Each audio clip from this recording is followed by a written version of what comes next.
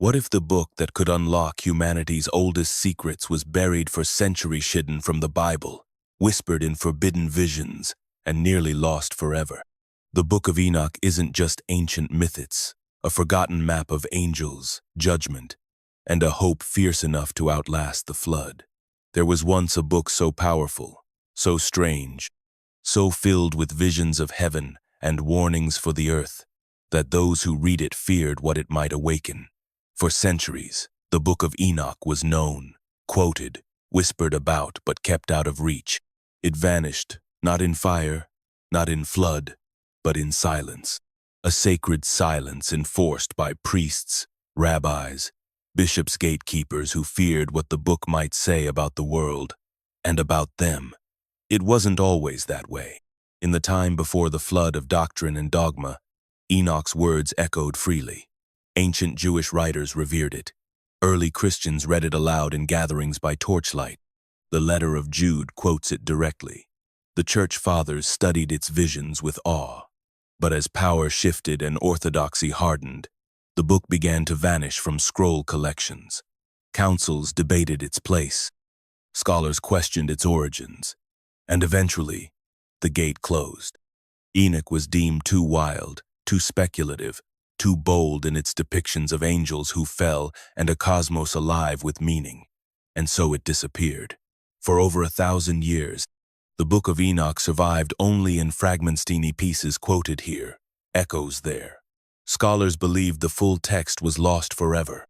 Then came 1773, and a man named James Bruce, a Scottish explorer who risked life and limb in Ethiopia's highlands.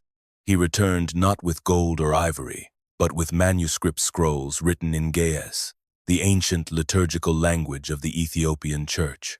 Among them was a complete version of the Book of Enoch. It had never been lost to Ethiopians. They had preserved it, read it, revered it quietly and faithfully, beyond the reach of Rome or Constantinople. Bruce's find stunned Europe. It took decades before scholars even translated the book.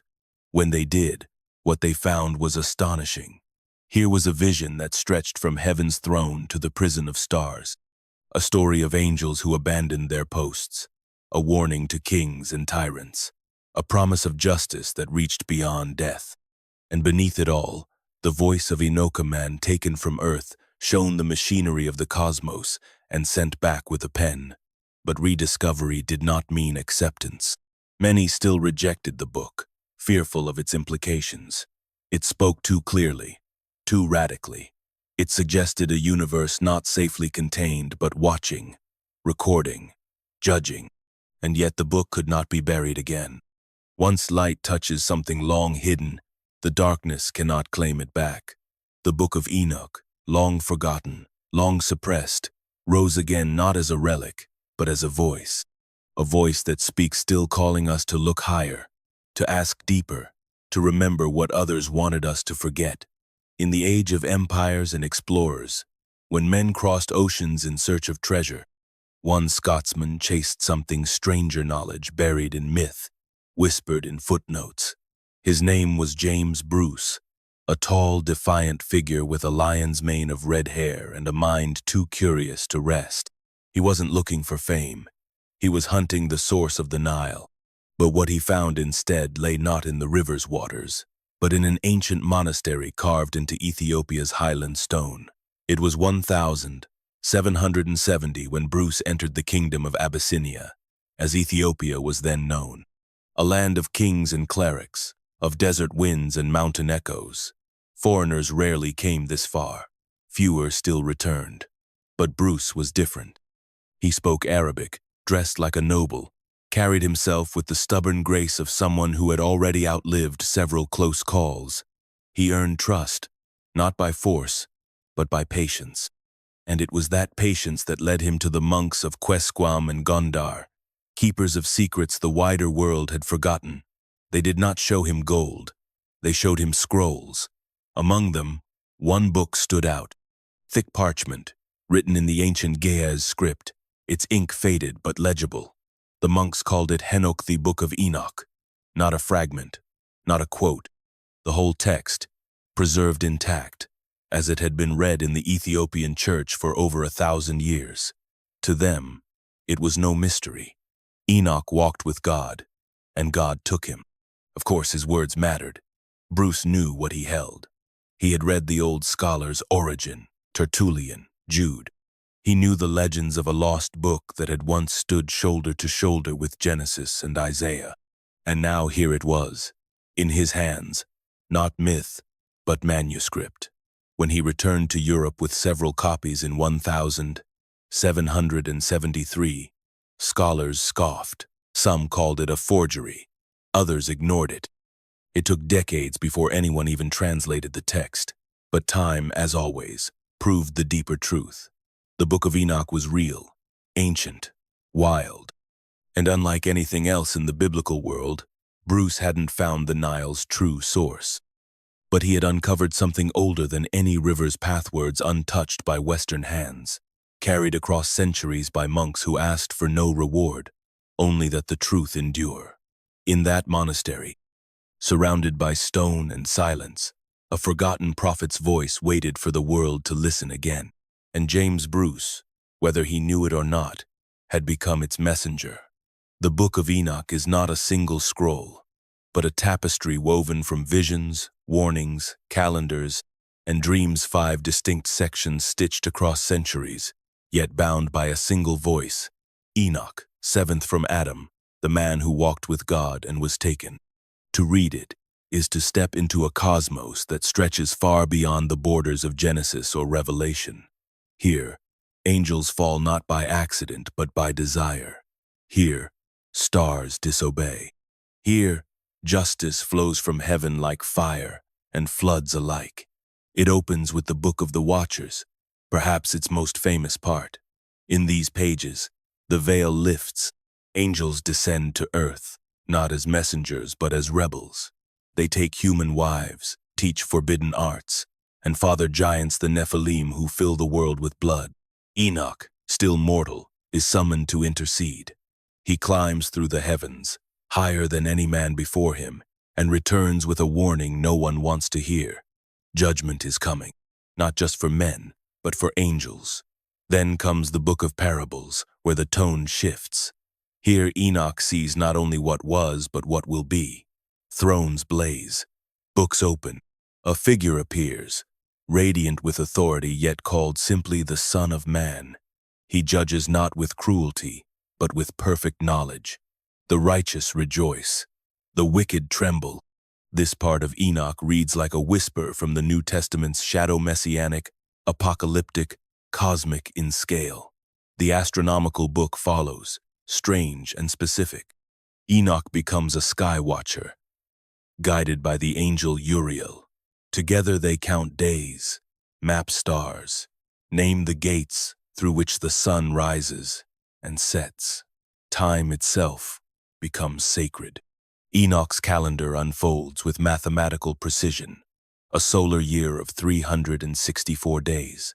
Every phase of the moon, every shift in daylight is traced and explained. This is no idle stargazing. It is an attempt to align earthly worship with heavenly order, to restore a rhythm long lost. Next, the Book of Dreams. Human history retold as a beast fable. Adam as a white bull, Egypt as a pack of wolves, Israel as a flock of sheep led by blind shepherds. The symbols shift, but the meaning holds. Nations rise, fall, forget. But one day, the flock will return to the fold. A great ram will lead. Peace will come not through war, but through transformation. Finally, the Epistle of Enoch, a set of blessings and warnings sent to the righteous and the wicked alike. These are Enoch's last words before he vanishes from earth. His voice, once filled with awe, now burns with urgency. The end is near, but so is hope. Taken together, the Book of Enoch is less a lost gospel and more a secret architecture of the heavens. It offers not just visions of doom, but glimpses of justice so complete it remakes the world. A story too wild for doctrine, too ancient to be forgotten. A book meant not only to be read but to awaken. It wasn't simply forgotten. The Book of Enoch was buried on purpose. In the early centuries, the name Enoch carried authority. After all, this was the man who walked with God and was taken, body and soul, into the heavens. His words were read aloud by early Christians, quoted in sermons, echoed in epistles. The letter of Jude, near the end of the New Testament, even cites Enoch directly. Behold, the Lord comes with 10,000s of his holy ones. That line isn't borrowed, it's lifted from the text word for word. Enoch was not some fringe curiosity. For a time, it was considered sacred. But something changed. The Book of Enoch wasn't just spiritual. It was explosive. Its visions pulled no punches. It named names. It told of angels who fell, who taught humans sorcery, warfare, and forbidden knowledge. It accused the heavens of being complicit in human suffering. It described not only judgment for sinners, but punishment for celestial beings other scriptures left beyond reproach. For church leaders trying to shape a stable theology, this was dangerous ground. Too many gods for monotheism, too much speculation for orthodoxy. Worse still, Enoch's Messiah, radiant Son of Man, comes not only to forgive, but to judge. He stands beside the Ancient of Days, seated on a throne, eternal in origin yet distinct from God. The early church saw in this figure a reflection of Christ, but the similarity cut both ways. For those wary of heresy, the book's blurring of lines between divine and human felt like walking a theological tightrope without a net. And then there was the calendar. Enoch proposed a solar year of 364 days, 12 months of perfect symmetry, 4 seasons of equal length. But by the 2nd century, Jewish and Christian communities alike had adopted lunar calendars or variations more in line with Roman timekeeping. Enoch's calendar became not a curiosity but a challenge. It questioned the very rhythm of communal worship. It meant your holy days were wrong, so the book was slowly pushed aside, not condemned outright, but excluded, edged out during the slow centuries when the biblical canon hardened like cooling stone. Councils gathered, lists were made. Some books made the cut, others did not. Enoch's strange, vivid, unclassifiable fell through the cracks. Yet in Ethiopia, it survived, hidden not by secrecy, but by reverence. The Ethiopian Orthodox Church, with its ancient Jewish Christian roots, preserved Enoch as scripture. While Rome forgot him and Europe silenced him, monks in highland monasteries copied his words by hand, treating him as a prophet among prophets. Today, his absence from the Bible raises a different kind of question. Not, why was it removed? But, what kind of story did it tell that made power uncomfortable? The answer lies in every page of Enoch's vision, a world where kings fall, angels face trial, and justice comes not from thrones of gold, but from stars and fire. A world where even heaven is held accountable. The Book of Enoch was never truly silent. Even when stripped from the canon, its voice echoed through the sacred texts and oral traditions that shaped 3 of the world's major religions. It whispered beneath the surface, its imagery reappearing like a ghost too bold to forget. Its absence in name did not mean absence in influence. In Judaism, Enoch's presence lingers most strongly in the intertestamental period, the centuries between the Hebrew Bible and the rise of the New Testament. His visions inspired a whole genre, apocalyptic literature. Texts like 2 Baruch and 4 Ezra borrow his cadence, his cosmic architecture. They speak of heavenly books, angelic mediators, and the weighing of souls. Enoch introduced the idea that judgment would come not just for people, but for angels. That sin had a history older than Eden, that the universe remembered what the world tried to forget. The rabbis may have later distanced themselves from the book, but its fingerprints remain, pressed deep into the layers of Jewish mystical thought, from Merkabah visions to the Zohar. Christianity, however, became the soil where Enoch's seeds took root most obviously. The early church fathers knew the book and quoted it. Tertullian, in North Africa, defended its use explicitly, arguing that if Jude could cite it, who were later bishops to cast it out?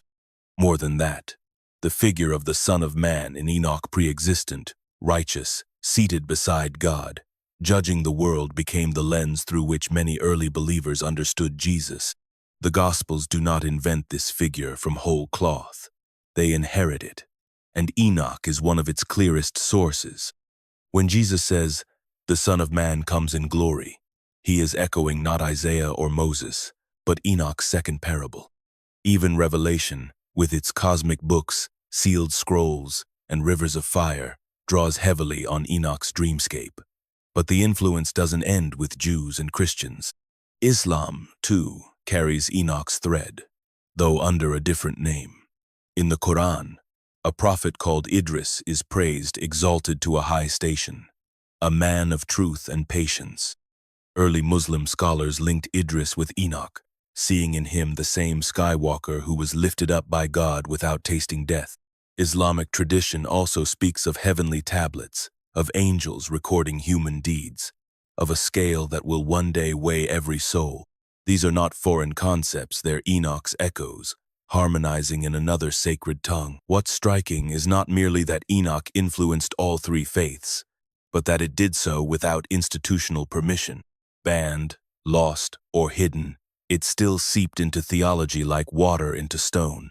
Its visions were too vivid, its judgments too sweeping, its hopes too fierce to be erased.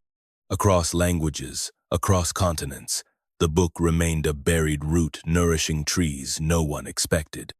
In a world fractured by dogma, Enoch's quiet survival reminds us that truth often lives in the margins, and that sometimes what is left out of the canon still shapes the soul of faith. In the long line of names that winds through Genesis, most pass like shadows born, begot, died. But one name flickers, glows, then disappears. Enoch, seventh from Adam, father of Methuselah, a man unlike the others. Enoch walked with God, the text tells us, and he was not, for God took him. No death, no grave, just a quiet vanishing, a life interrupted not by ending but by ascent. It's a single line, but it opened the heavens for generations of imagination. Who was this man who did not die? The Bible gives us only the whisper. Later traditions built the echo. Jewish writers in the centuries before Christ began to fill in the silence. They saw in Enoch not just a pious man, but a prophet, a scribe, a seer, the first to receive divine secrets, the first to write.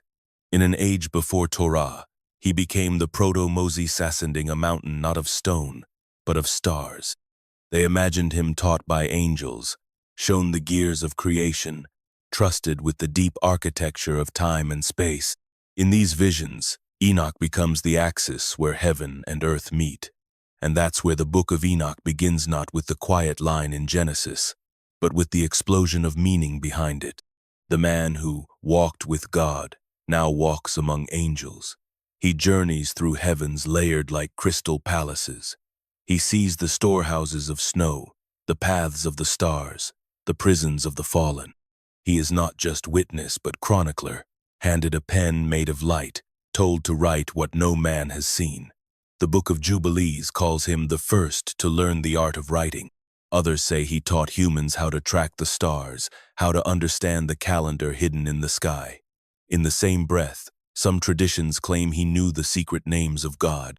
The scale of Enoch's wisdom grows until he no longer seems quite human at all. In time, he becomes something else entirely. In some strands of Jewish mysticism, Enoch is transformed into the angel Metatron, the scribe of heaven, the voice beside the throne. No longer man, not fully angel, he becomes the bridge between flesh and spirit. In Christian thought, Enoch is often paired with Elijah, two men who never tasted death, two prophets expected to return in the final days. In Islam, he reappears as Idris, the patient prophet, the one who rose high. Across these faiths, Enoch becomes a symbol of transcendence, of trust, of the possibility that humanity is not chained to the dust. His story whispers the hope that someone from the soil could walk with the stars and return to tell the tale. In an age obsessed with boundaries between man and God, heaven and earth, life and death, Enoch slipped between the cracks. He is the exception that makes us question the rule. a man who walked with God and kept walking. In a book that often speaks in lists, one name breaks the rhythm. Among the genealogies of Genesis, where lives are measured in centuries and ended with the same refrain, and he died, Enoch's entry comes like a breach in the pattern. Enoch walked with God, and he was not, for God took him. No death, no burial, just presence then absence. A man who vanished not into shadow, but into light. This single line gave birth to centuries of wonder. The Hebrew Bible says little more. In Genesis 5, Enoch is seventh from Adam, a perfect number in a world obsessed with divine patterns. He lives 365 years like the days of a solar year before he disappears. That number, precise and evocative, hints that his life may be more than history. It may be symbol, Toa man whose very years echo the order of creation itself. The next mention comes in 1 Chronicles, a retelling of names, and there again he passes in silence. But silence in Scripture is not absence, it's invitation. Centuries later, Enoch walks into the New Testament not through the front door of the Gospels, but through the side passages of Jude and Hebrews. The Epistle to the Hebrews, that deep meditation on faith, names Enoch as one of its champions. By faith, it says, Enoch was taken up so that he should not see death. For before he was taken, he was commended as having pleased God. The writer of Hebrews reads Genesis as promise proof that faith can unbind even the chains of mortality. Enoch becomes not only a man of God, but a glimpse of what it means to live in harmony with the divine will. Then comes the Epistle of Jude, short and strange. In its brief space, Jude quotes directly from the Book of Enoch, calling it prophecy. Behold, the Lord comes with 10,000s of his holy ones.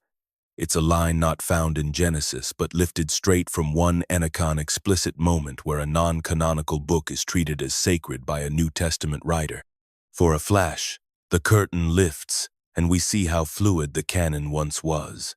Jude doesn't argue for Enoch's authority. He assumes it. These sparse mentions ripple far beyond their size.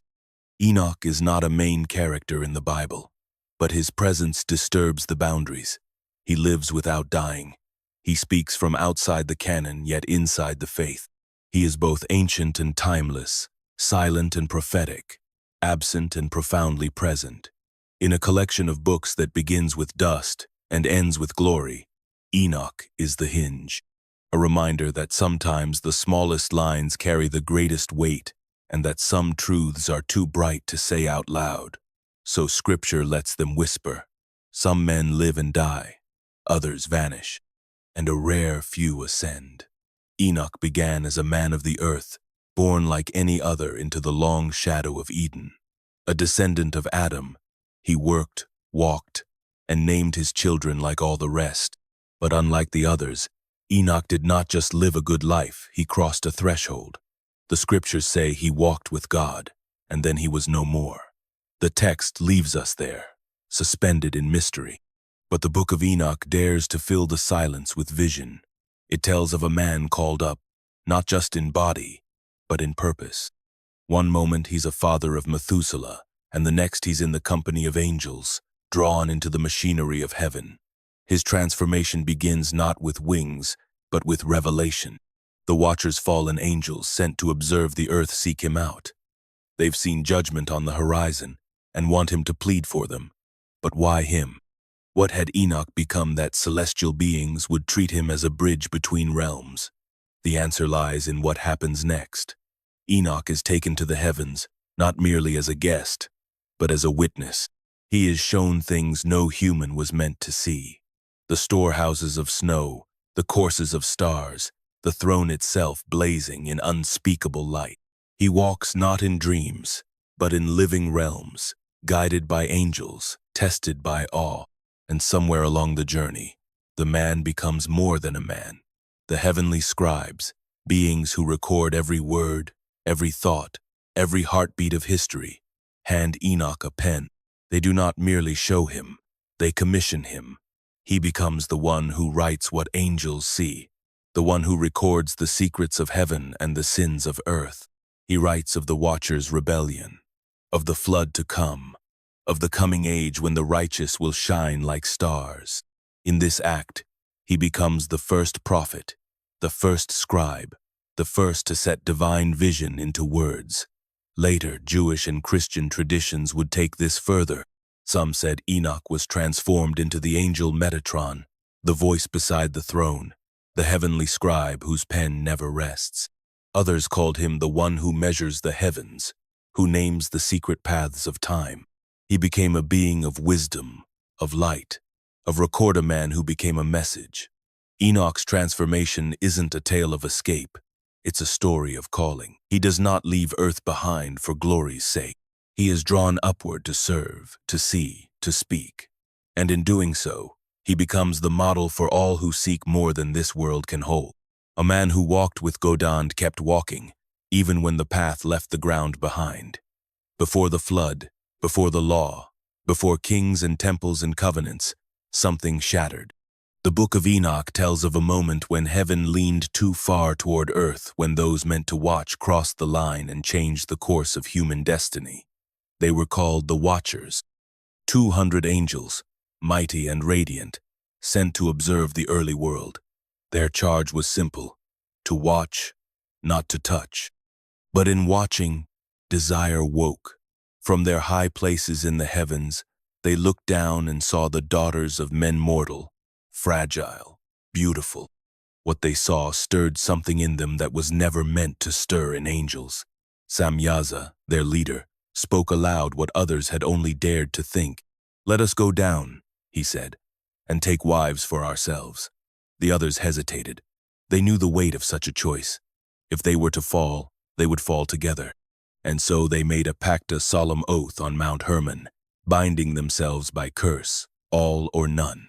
And so they descended. Each angel chose a woman. Each took her as wife.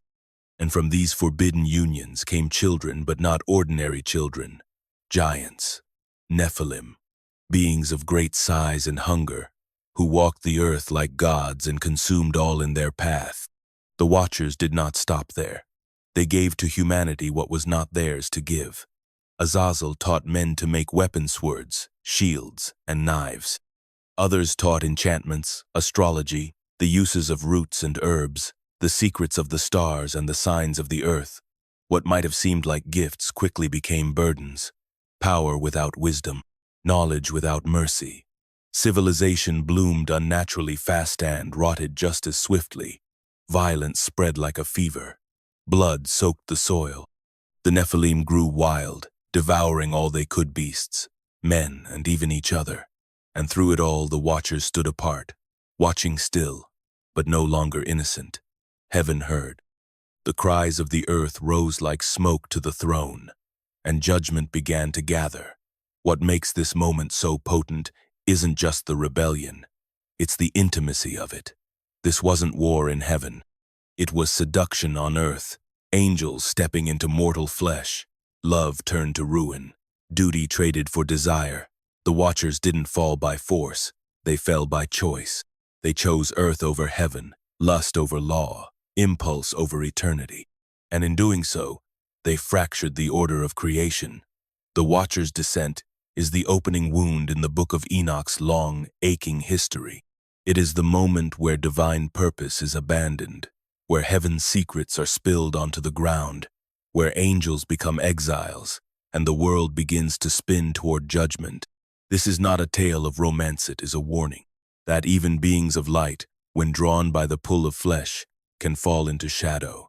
High above the valleys of ancient Canaan, where clouds drift like veils and snow dusts the peaks even in spring, stands Mount Hermon. To the eyes of the world, it is just a mountain, a crag of rock and ice. But to those who know the story, it is the place where heaven broke its own law. It is the mountain of the oath, the birthplace of rebellion. The Watchers had watched too long. Sent to observe the early generations of humankind, they were meant to be distant, incorruptible, the sentinels of a fragile world. But their gazes lingered, and what they saw stirred what should never have awakened desire, longing, hunger for something not theirs to touch. The daughters of men, they said, were beautiful, mortal, yes, but radiant in a way even angels could not explain. Samyaza was the first to speak the unspeakable. "Let us go down," he said. "Let us take them as wives." The others hesitated. They knew the rules. They knew the danger. To step from spirit into flesh was not just disobedience, it was transformation. But Samyaza pressed further. "If I go alone, I bear the curse alone. But if we all go, if we bind ourselves to this, none can turn back." And so they climbed. On Mount Hermon, the 200 gathered. They stood at the peak, high above the earth, just close enough to heaven to still feel its pull. There, they made the oath, a solemn vow spoken under the sky and sealed in defiance. With that oath, they crossed the line. Not just a line of duty, but a line of nature, of order, of purpose. The mountain took its name from that moment. Hermon, from the root herem, meaning curse or ban. It became a place of infamy, marked not by blood spilled but by words spoken. Words that shattered boundaries and summoned a future filled with giants and ruin. That night, the stars above bore witness. Heaven did not stop them. Not yet. But it remembered. The oath was not just a plan. It was a binding, a chain forged by free will, linking all who made it to the same fate. Once spoken, it could not be unsaid. The watchers descended. They took wives, and the world, so young and green, began to change. Mount Hermon remains, cold and silent, but its story burns with heat. It reminds us that the greatest falls do not come from rage or hate, but from longing. That the first rebellions are often not loud, but whispered. That sometimes, what undoes the world begins with a pact made in secret under the stars. A vow. A choice, a descent. They were not meant to exist. The children of angels and mortal women, the Nephilim, came into the world like cracks in the foundation of creation, unnatural, immense, and hungry. Their mothers bore them with pain beyond reckoning, and the earth itself groaned beneath their feet. Where they walked, crops withered. Where they slept, the ground shattered. Giants not just in size but in appetite. They were the consequence of a cosmic error too grave to ignore. Born of flesh and spirit, these towering beings had no place in the order God had spoken into being. They were the fruit of rebellion, the visible proof that heaven's law had been broken in flesh and blood. At first, they astonished the world. Beautiful, strong, brilliant in ways that dazzled early humans. They were seen by some as gods, kings, heroes. But wonder quickly turned to terror. The Nephilim did not stop growing. Their bodies swelled with power. Their minds burned with the fire of angelic inheritance, but lacked the restraint to hold it. They devoured everything: grain, livestock, fruit from every branch. Then they turned to animals, then to men. What began as awe became dread. The people cried out to heaven, but the sky remained silent. The watchers, now trapped in flesh, watched as their children grew beyond them, uncontrollable. Blood ran in rivers. Cities were swallowed by the wrath of giants. The earth darkened under their shadow. What was once a world of promise became a theater of ruin. The very balance of creation tilted. What should have been holy knowledge, the gifts of stars, metals, spells, was now used by the Nephilim for war, for pride, for endless domination. They built, yes, but only monuments to themselves. Their hands were stained with the blood of beasts and brothers alike, and as they fought, they turned on each other. Even their hunger could not bind them. They slaughtered one another in battles that shook the mountains. The Watchers, fathers of monsters, wept, but it was too late. They had given fire to beings not meant to hold it, and now the world burned. What's most chilling is not just their strength, but their legacy. The Nephilim became the archetype for every story of tyrants and destroyers, echoes of their names buried in the ruins of ancient myths. Their fall became the warning, their power the cautionary tale. In the Book of Enoch, the Nephilim are more than ancient giants. They are the embodiment of imbalance, where the divine touches the human without permission, without wisdom, without love. They show us that not all birth is blessing. that even power granted by heaven can become a curse when given without purpose, and that sometimes the greatest monsters are not born from darkness, but from light misused. The Nephilim rose like titans. They fell like warnings. The earth has not forgotten their steps, neither has heaven. It began with small things at first. Bits of knowledge passed from angel to human, whispered in the dark between stars and soil.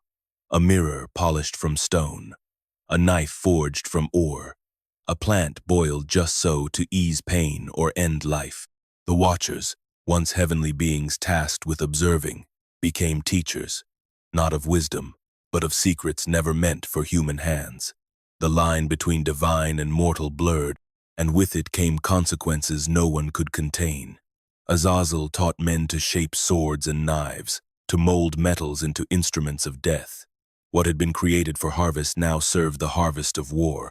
Armor glinted in sunlight where there had once been bare skin.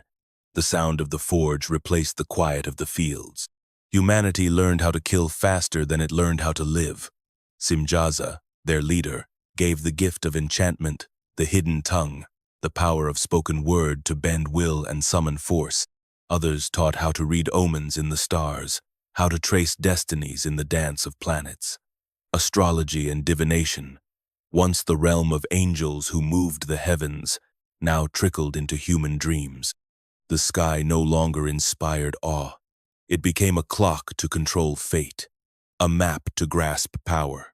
Women were not spared. They were taught the arts of adornment bracelets, makeup, colored garments to enhance allure. Beauty, once born of creation's innocence, turned to vanity, a means of power and possession. What had been reflection became performance. Desire became weapon. Even the plants of the earth, once given to nourish, were twisted to dark ends. Herbs became tools of seduction and poison. Roots became spells. Healing became manipulation. The Watchers had not just broken divine law, they had shattered the boundaries that kept knowledge in balance. And like a flood released from its dam, it rushed over the world without mercy. What makes this moment in the Book of Enoch so chilling is its relevance. The knowledge itself wasn't evil. Stars still shine.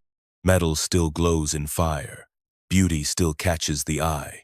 But when given in the wrong time, by the wrong hands, without the wisdom to wield it, knowledge becomes curse. Enlightenment becomes corruption. The world grew loud with invention, yet silent with ruin. People raised altars not to heaven, but to themselves. Violence flourished beneath the veil of sophistication. The very gifts that should have elevated humankind dragged it down. In the end, the forbidden knowledge was not just about tools or tricks. It was about pride. The belief that with enough power, humans could become like gods. The Watchers had not just fallen, they had pulled the world down with them, replacing divine harmony with a counterfeit built on blood and mirrors. And once taught, the knowledge could not be untaught. Heaven would have to answer. Judgment was coming.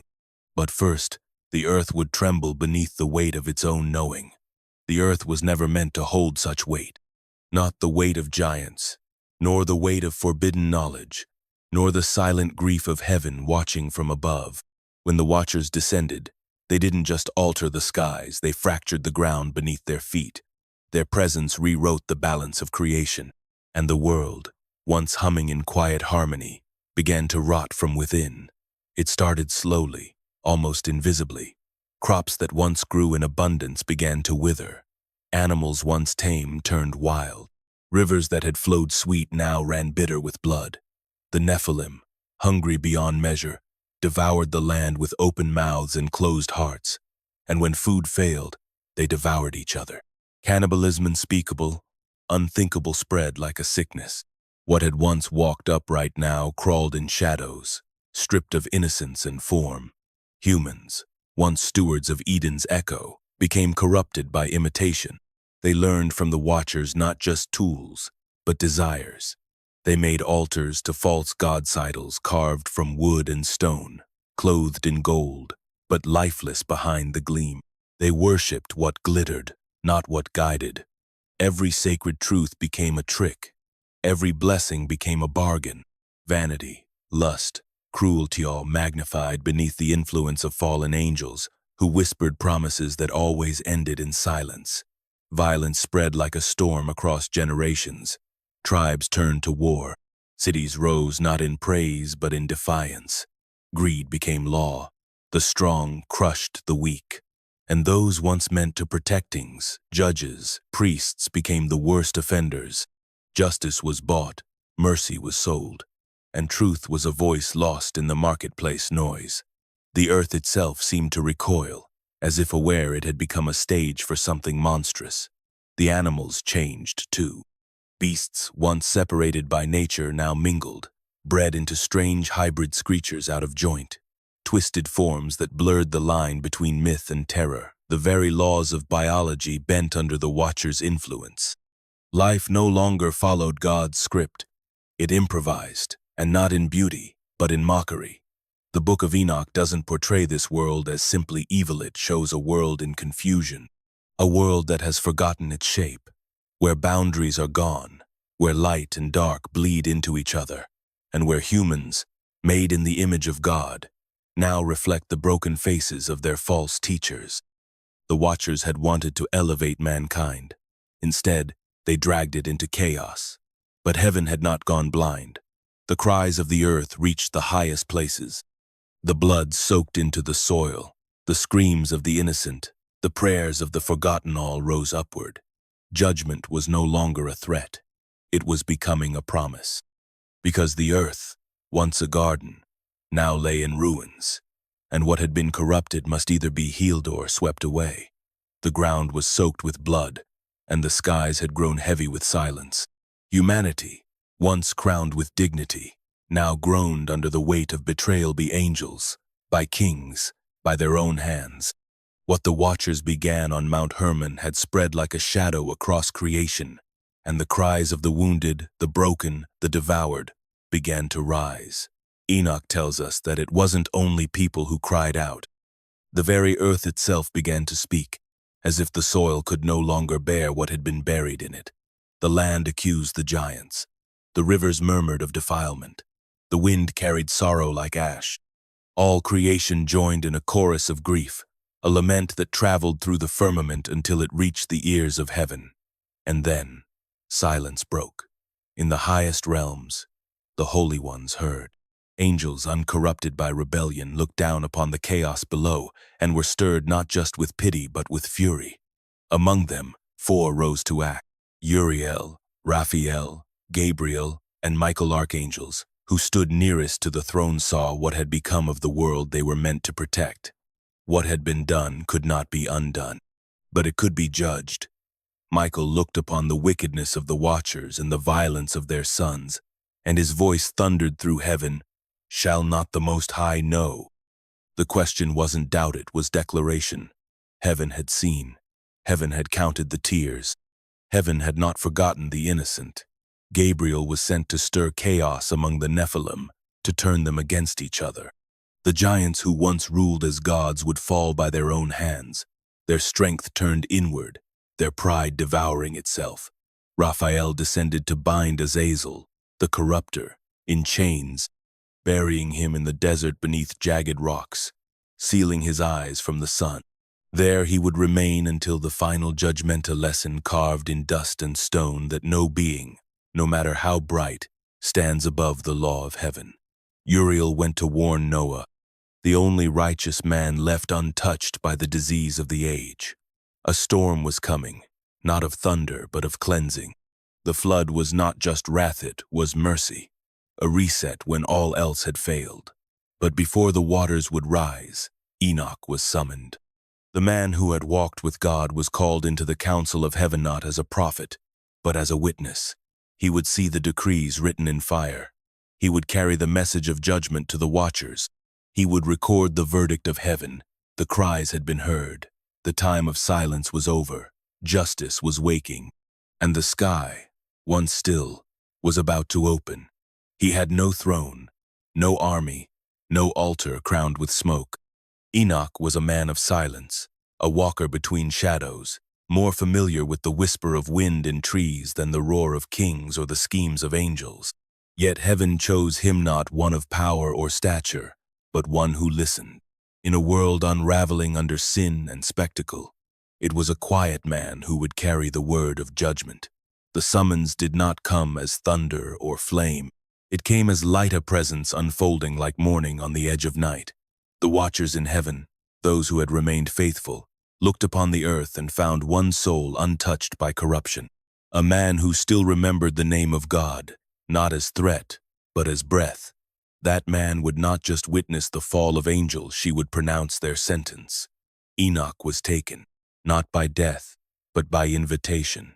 Lifted from the broken world below, he crossed the veil into realms no human had ever walked while still clothed in flesh. Angels escorted him past stars and storm, through chambers of crystal and flame. Each step brought him closer to the throne, and each moment stretched his soul wider, able to bear the weight of what was to come. He entered the hall of judgment. Before him stood books that wrote themselves, pages of light filled with names, deeds, consequences. No secret remained hidden in this place, no cruelty forgotten, no innocent tear lost.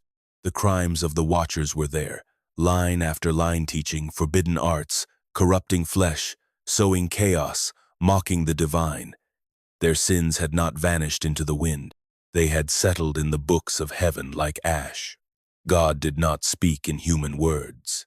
His presence was a knowing that filled the room, a gravity that made even angels tremble. Enoch stood in that presence not as equal, but as chosen. He was given a task: deliver the message of judgment to the watchers, those once radiant beings now cloaked in fear. And so, the man returned from heaven's heart. His face changed, his voice heavy with truth. He descended the mountains, carrying not tablets of law like Moses, but words that cut deeper. He stood before the watchers at the base of Mount Hermon, where their rebellion had begun, and read aloud their fate. There would be no forgiveness. Their children would perish. Their names would be erased from heaven's book. They would watch the flood consume all they had touched, and they would be bound, sealed in darkness until the day of the final fire. Enoch, the scribe of heaven, spoke with no hatred, only clarity. The quiet man had become the voice of judgment, and when he finished, he turned, walked into the mist sand, was never seen on earth again. It began like a change in the wind. No flash, no trumpet, no words to prepare the world for what was coming. Just stillness, a hush that settled over the hills like a breath held too long. Somewhere far from cities and kings, far from temples built on sand, a man stood alone watching the sky, as if listening for something only he could hear. And then the light came. Not the sun, but something older, something purer. A brilliance not meant for mortal eyes, and yet it did not burn. It arrived on the wings of silence, angels descending like snow that glowed. They were not the kind drawn in scrolls or sung of in temples. These were the true ones, the watchers who had not fallen. Their forms shimmered like gold forged from sound. Their eyes held both gentleness and command. And when they reached the earth, the world itself seemed to pause. They had not come for a battle. They had come for a man. Enoch looked up, and in that gaze was neither fear nor pride, only recognition. He had always known he did not fully belong to the earth. He had walked its fields, held its dust, loved its silence, but something in him had always tilted toward the sky. Now that sky had tilted back. The angels did not speak at first. They simply stood, their wings like veils of starlight. Then one stepped forward, Uriel, the flame of God. He carried no weapon, only a scroll, a summons from the Most High. Not to die, but to rise. Not to leave behind life, but to step through it into something more. Enoch was not a prophet in the way others would be. He called no fire from heaven, split no seas, led no armies. Yet the heavens had written his name among their own. And now, the time had come for him to take his place not among the dead, but among the stars. With a final look at the world he had walked, Enoch gave no farewell. He had said all that needed saying. The judgments were declared. The warnings were delivered. The watchers condemned. The earth, broken and bruised, would soon be swept clean by flood and fire. His task was finished. And yet, something was just beginning. The angels lifted him, not by force, but by invitation. His body did not fall away. It rose, clothed in light. He passed through clouds not with wings, but with purpose. Past the moon, past the sun, into realms no mortal had seen. Through 7 heavens he would journey, past stars that sang, past thrones that blazed, toward the very throne of God. And so, the man who walked with God walked no more on earth. He had been taken, not lost, not gone, but transformed into witness, into scribe, into something more than human. The quiet man had entered eternity. The wind did not howl as Enoch rose. It whispered, as if the sky itself was unfolding to receive him. Lifted by angels, no longer bound by the weight of dust, Enoch began a journey unlike any soul before him, voyage through the very architecture of creation, the stairway not of myth, but of reality. The 7 heavens. The first heaven shimmered like the morning sea. Here, clouds gathered in chambers, and dew slept in silver jars. Storehouses of snow and hail lined the vaults like armories awaiting divine command. Angels moved among them with calm precision, each assigned to winds, rains, and seasons. It was not chaos but orchestration, a weather that obeyed more than mere physics. It answered liturgy. The 2nd heaven was a place of silence and sorrow. Here, the fallen stars angels, bound for their rebellion, cried out from prisons of flame. They did not burn as wood does, but with the light they had lost. Trapped in waiting, they were reminders that even celestial beings are not above justice. Enoch passed among them and did not flinch. He had already stood before the fallen on earth. Now he saw the others, the ones who had rebelled before time touched soil. The 3rd heaven opened like a garden in flame. Half paradise, half warning. There grew trees not seen on earth-owns whose fruit glowed with wisdom or judgment. Rivers ran with milk, wine, and oil, feeding the fields of the righteous who would one day dwell there. But nearby, a valley of punishment smoked and moaned souls in torment, not forgotten but not yet redeemed. This was the place between mercy and consequence side by side. The 4th heaven turned with stars. Here, the sun rode its chariot, and the moon its throne of pearl. Angels marked the passage of days and months, celestial timekeepers whose chants kept the heavens in rhythm. Enoch saw the gears of the universe turning, not with cold mechanics but sacred song. This was time as liturgy measured, sung, and obeyed. The 5th heaven trembled with war. Giants in height, angels here wore armor of light. They watched the skies, guardians against the forces that still sought to breach creation. Some wept for their fallen brothers. Others sharpened swords of flame, waiting. Enoch passed through their ranks and was not stopped. They knew him. He carried heaven's ink upon his hands. The 6th heaven was wisdom. Thrones, scrolls, scribes. Angels who studied the mysteries not yet revealed. Here were kept the secrets of the stars, the names of unborn kings, the patterns behind chaos. Enoch's eyes widened but did not turn away. His own scroll would one day sit among theirs. And then the 7th heaven, so bright it seemed, made of sound. Thrones upon thrones, choirs without number. The presence of the Most High, veiled in fire and peace. Enoch fell silent. Even thought became reverence. Here, at last, the journey stopped. And the man who had walked with God now stood before him, not as stranger, as son. There are no steps leading to the throne of godly awe. Enoch did not walk. He was brought, not carried like a prisoner, nor summoned like a servant, but ushered like a guest into the center of all things. He passed through a final veil, not of cloth, but of unfiltered presence. And there, in the 7th heaven, he saw what no mortal had seen and remained whole. The throne was not built, it simply was. A mountain of fire wrapped in song, thunder that sang and light that listened. Around it, wheels within wheels turned living mechanisms of glory.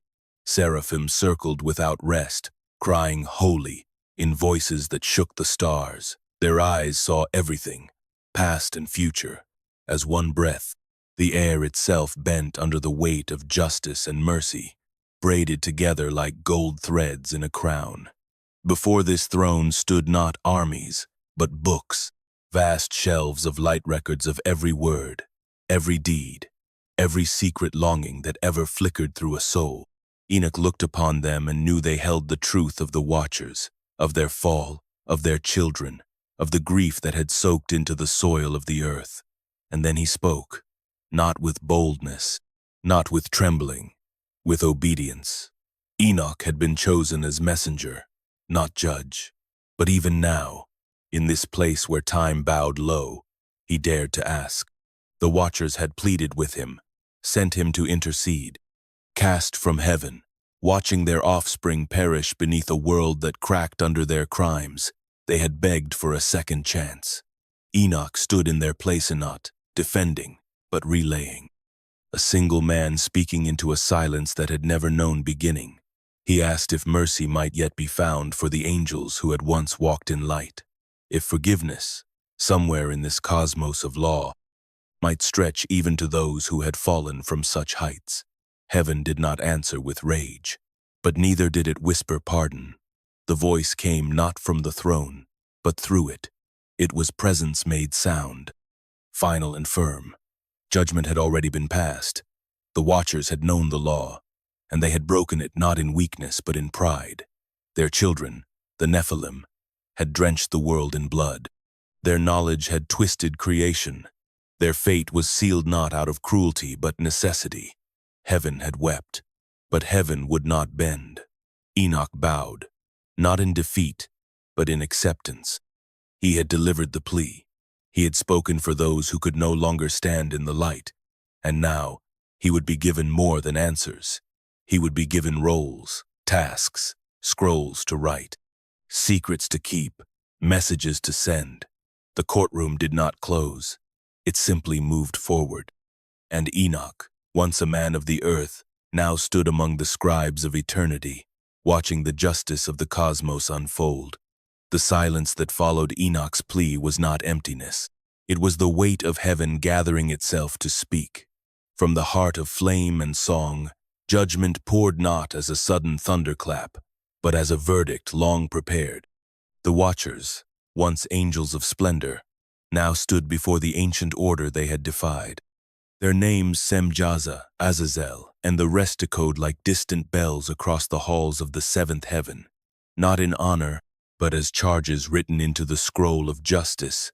They had sworn their oath on Mount Hermon, binding themselves not only to each other, but against the very law that had shaped them.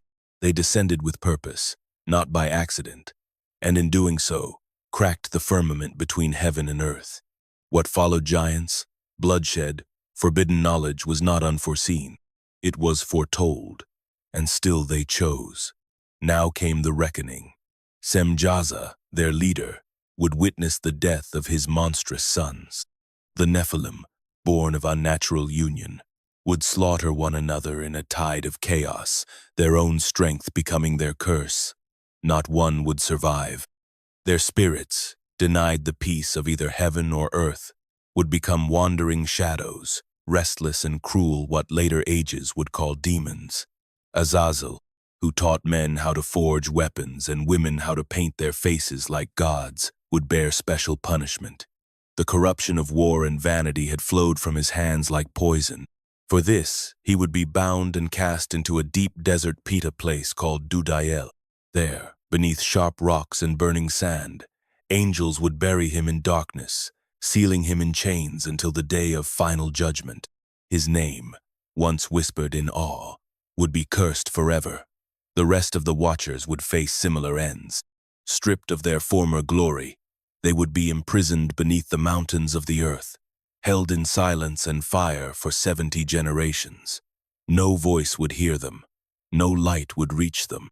They would not rise again. And when the great day of judgment arrived, they would not return to their former state. There would be no restoration. Only the knowledge of what they had lost and the record of what they had done, etched into the heavens like scars. Enoch was commanded to deliver this sentence not just to the watchers, but to the world. He would become the bridge between the divine and the doomed, the voice that reminded creation that nothing, no being, no power was above the law written into the stars. Justice, in Enoch's world, was not vengeance. It was an alignment, a setting right of what had been twisted. The watchers had torn open the sky. Now the sky would close around them, bound not out of wrath, but to preserve the balance of the cosmos. And Enoch, once mortal, now stood as witness. The sentence had been passed. The fallen would fall no further. There are prisons, and then there is the place Enoch saw, a pit not built by hands, but carved into the fabric of creation itself. This was not a cell behind bars or a room with walls. It was a wound in the world, deep and sealed, where time itself slowed to a crawl. Here, the watchers would be held not for years, but for generations beyond counting. They would not age, they would not die, they would simply remain. The angel who guided Enoch to this place did not speak with pity. This was not punishment for its own sake. It was containment. The watchers had opened a door that should never have been touched. They brought fire to earth before humans could hold it. They gave knives to children and made idols of beauty. Their knowledge had outpaced wisdom, and now the earth groaned with its weight. To preserve the world, something had to be buried. The prison lay beneath jagged mountains, hidden from all living eyes.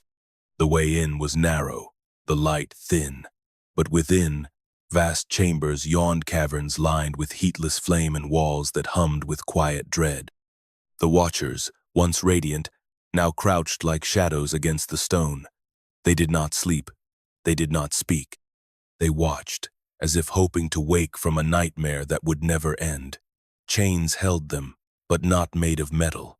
These were bindings of divine word laws spoken into form.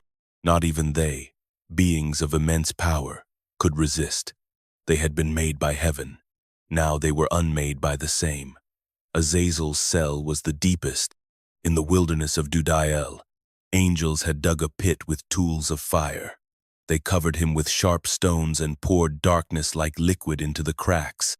Smoke rose from the fissure, a reminder that something still stirred beneath, a warning in the wind. His guilt was too great for silence. The stain of his teachings had spread too far. His name would echo across centuries, whispered in ritual, invoked in fear. What made this prison cosmic was not its size, but its purpose. It was not only a punishment, it was a pause in the story. The watchers were not destroyed.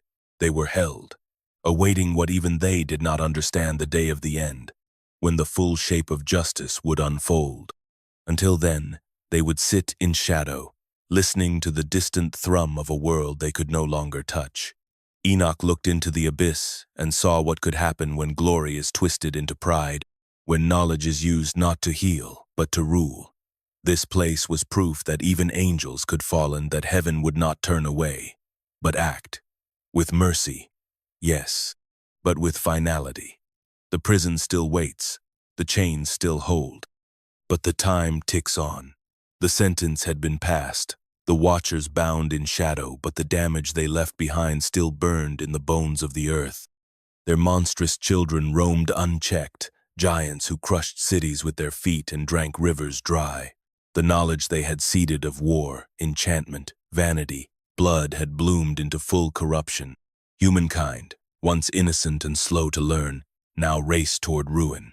The world no longer mirrored the heavens. It echoed the rebellion of the fallen. Heaven took notice. The cries of the righteous rose like smoke through the layers of the firmament. The earth itself groaned under the weight of injustice. Mountains wept blood. Rivers ran foul. The balance that had held creation together now trembled at the edge of collapse. And so a decision was made, not in haste or wrath, but with sorrow. Creation would be cleansed, not repaired, not patched. Cleansed. The world, as it was, could not continue. The contagion had gone too deep. Every breath, every heartbeat, every harvest had been touched by the watcher's poison. What had been made good now bore the scars of knowledge too heavy for its time. Enoch heard it first, not as a command, but as a whisper through the high heavens. A decree had gone out. The earth would be covered in water. Rain, relentless and without mercy, would fall from above while fountains burst from below. The mountains would vanish beneath waves. The monuments of pride would dissolve. The Nephilim would perish, their bodies buried in the mud, their spirits left to wander as restless echoes of their own hunger. Mankind would be swept away, not as punishment alone, but as necessary surgery. The infection had spread too far, but even in judgment, mercy flickered. One man, descended from Enoch's own bloodline, had not turned from the path. Noah, a quiet, obedient soul in a world of shouting. He walked upright when others bowed to violence. Heaven would preserve him not for his sake alone, but as seed for a new world. Enoch saw it all before it came. He saw the ark in vision, a strange, boxy vessel like a coffin and cradle in one. He saw animals led by instinct, not fear. He saw skies darken, and men laughing at first, then screaming as water rose past their knees. He saw silence where there had once been cities. The flood would not come to punish a mistake. It would come to reset the story, to wipe clean a canvas stained by angels who mistook themselves for gods. In the end, not even the heavens would remain untouched. The stars, too, had been shaken. The firmament would cry with the voices of the drowned. And Enoch, the man who walked with God, stood on the edge of time and wept not because justice was coming, but because it had to. It began with dreams, visions that pulled at Noah's mind like waves tugging the shore. He did not yet understand their meaning, only that the world around him was not what it seemed. The sky held a tremble. The ground carried a warning. And then came the angel, Gabriel, messenger of divine power, descended not with thunder or sword, but with clarity. He came to warn, not to destroy. His message was simple, yet unbearable. The world would soon end. A flood would rise to cleanse the earth of its corruption, to erase the legacy of fallen angels and the violence of their monstrous children. But there would be survivors, a remnant, a beginning seated in obedience. Noah, son of Lamech, descendant of Enoch, was chosen not for his strength, but for his stillness. In a generation of noise and arrogance, he listened. Where others spoke of conquest and pleasure, Noah walked with reverence.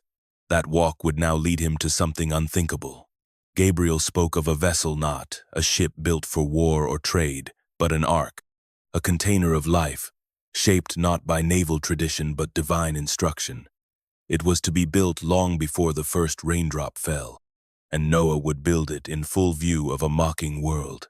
As Gabriel's words burned into his soul, Noah began his strange labor. He felled trees while others laughed. He measured planks while cities rotted. He painted his wooden walls with pitch while rulers carved their names into stone. No angel stayed the jeering crowd. No thunder answered the scorn. That was the test. To build not for the world that was, but for the world that would come. The ark was more than wood and pitch. It was a defiance of the present, a womb for the future. And when its doors closed, they would shut on one age and open into another. Gabriel's warning reached beyond Noah. He moved through the land like a shadow, separating the innocent from the damned. He marked animals that would be preserved pairs drawn by unseen instinct, by the breath of purpose. Even they knew, somehow, that the world was about to turn inside out. The Watcher's legacy had to be buried. But the divine image in man would not be lost. Gabriel had seen heaven. He had seen hell. Now he moved across a world teetering between both, delivering the final instructions with a calm that came not from indifference, but from certainty. Judgment would come like a wave, slow in its rising, unstoppable in its fall, and Noah, the last just man in a crooked generation, would float above it not as a reward, but as a responsibility. Gabriel's warning wasn't just a message of doom. It was a seed of hope planted in the soil of catastrophe, a reminder that even when heaven condemns, it never forgets to preserve. The sky cracked open. not with lightning, but with sorrow. The waters came first as a whisper, then as a roar. From the springs of the deep and the vaults above, the flood spilled into the world with deliberate fury. And in its rising tide, the children of the Watchers, the Nephilim, found their end. They had once ruled the earth like demigods, taller than trees, louder than thunder, their strength unmatched, and their appetites endless. They had filled the world with awe, fear, and silence. Where they walked, men bowed or bled. They thought themselves invincible, born of heaven and earth. But now the heavens had turned against them. The floodwaters did not hesitate.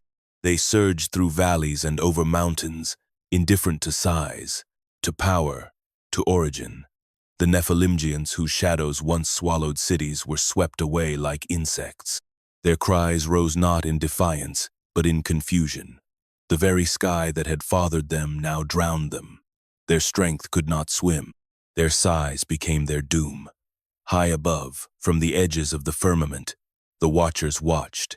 Bound in darkness, buried beneath the hills in cosmic prison, they could not interfere. They could only witness, and what they saw unraveled what remained of their pride. Their sons, the towering symbols of their rebellion, died screaming. No sword fell, no army advanced, only water. Divine judgment in liquid form, and the angels who had traded eternity for desire were made to watch it all unfold in silence. For the first time, they felt what it meant to be mortal, not for themselves, but through the death of their children. The grief of heaven is different from the grief of earth. It echoes without end. It binds with shame. The Watchers had wanted to shape the world in their own image, to give their sons a kingdom. Now that kingdom sank beneath black waves. Their legacy turned to mud. The Book of Enoch tells us that the spirits of these fallen giants did not vanish. Their bodies were crushed, drowned, buried, but their souls lingered, wandering, angry, hungry, spirits without rest. They would become the origin of demons in later thought, ghosts of a broken age, remnants of a sin too deep for death to contain. And the Watchers? They did not scream, they did not protest, they watched. That was their punishment. Not fire, not blades, but the unbearable weight of memory. The slow realization that their children born of forbidden love had been wiped away by the very order they had defied.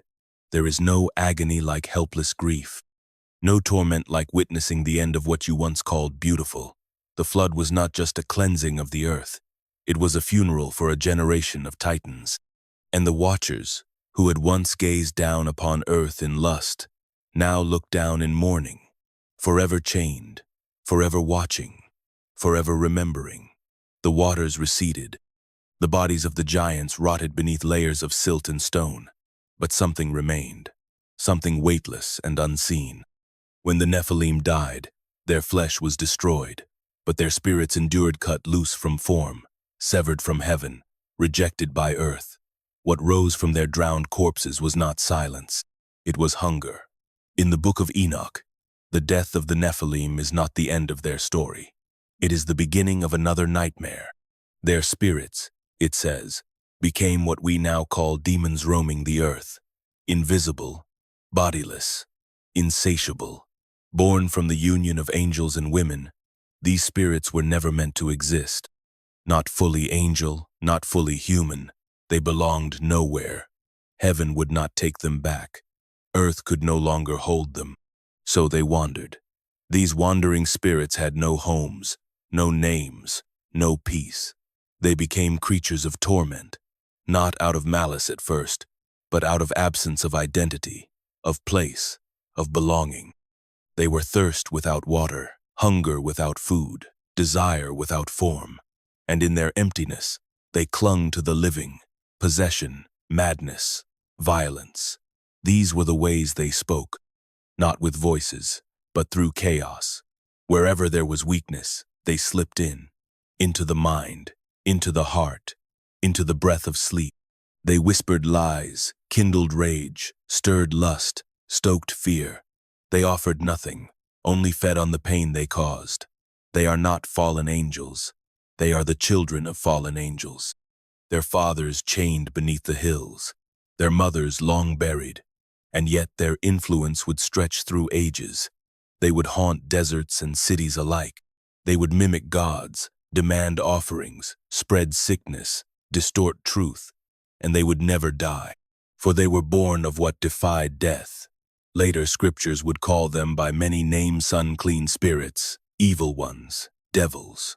But in Enoch's world, they are the restless dead of an unnatural race. Not merely evil, they are confusion made manifest, and their existence explains a darkness deeper than mere sin, a legacy of a world broken not just by human rebellion, but by celestial trespass. The Watchers made more than a mistake. They opened a door, and what came through did not leave when the flood came. The Nephilim were buried, but their spirits rose like smoke, unseen but everywhere. They could not be reasoned with. They could not be forgiven. They had no fate but wandering. Even today, echoes of this ancient terror remain. In every tale of possession, every cry in the night, every sudden madness, there is a shadow that reaches back to Enoch's warning, that not all evil comes from below. Some come from the forgotten children of heaven's broken law spirits, not born of the world, yet chained to it, forever feeding on what they can never become. The waters withdrew like a breath held too long. What had been drowned now lay quiet beneath layers of mud and ruin. Forests had vanished. Cities, if any had stood, were gone. The voices of the Nephilim were silenced. The Watchers remained bound in darkness. And above it all, the sky opened not in judgment, but in promise. For the flood was not the end. It was the turning of a page. Noah stepped onto dry land, not as a survivor, but as the father of a new world. The covenant that followed wasn't just an agreement between man and God. It was a reweaving of the torn fabric of creation. Enoch had spoken of order, of divine patterns etched into the cosmos. That pattern had been shattered by rebellion, by the descent of angels, the corruption of flesh, the birth of unnatural giants. The flood didn't erase that memory. It marked it. The rainbow that stretched across the sky was a seal, not of forgetfulness, but of mercy. God would not destroy the earth this way again, but the consequences of what came before would remain. The spirits of the Nephilim still wandered. The chains of the Watchers still held, and mankind, though renewed, carried the same fragile will that had failed before. The slate was wiped clean, but the cracks in the human heart persisted. In the aftermath, there was no triumphant song, only a quiet rebuilding. Noah became the new Adam, the patriarch of a reset creation. But the earth he inherited was not Eden. It was a wounded world, a scarred landscape beneath a sky that had once unleashed its fury. The animals came forth again. The plants grew, but something had changed. The innocence was gone. The knowledge remained. The covenant included more than a rainbow. It included laws, patterns, cycles, a rhythm to guide life so chaos would not take hold again. Blood, once forbidden, could now be taken with reverence. Life was sacred, but so was order. And the fear of man fell upon the beasts, a subtle shift that marked a new distance between humanity and the rest of creation. The harmony of the beginning was now guarded by warning, and still, heaven watched. The flood was a cleansing, but not a cure. It was an act of justice that carried the weight of grief. Enoch's visions, though fulfilled in part, cast a long shadow over the new world. His words would live on, hidden in scrolls and whispered through generations, for the story was not over. The covenant was a promise, but also a reminder that what had happened once could happen again. Those choices matter. That rebellion has cost. That mercy has limits. A new world had begun, but its soil still remembered the flood, and its skies still listened for the sound of footsteps, whether of angels or giants returning once more. Night falls again, but Enoch does not rest.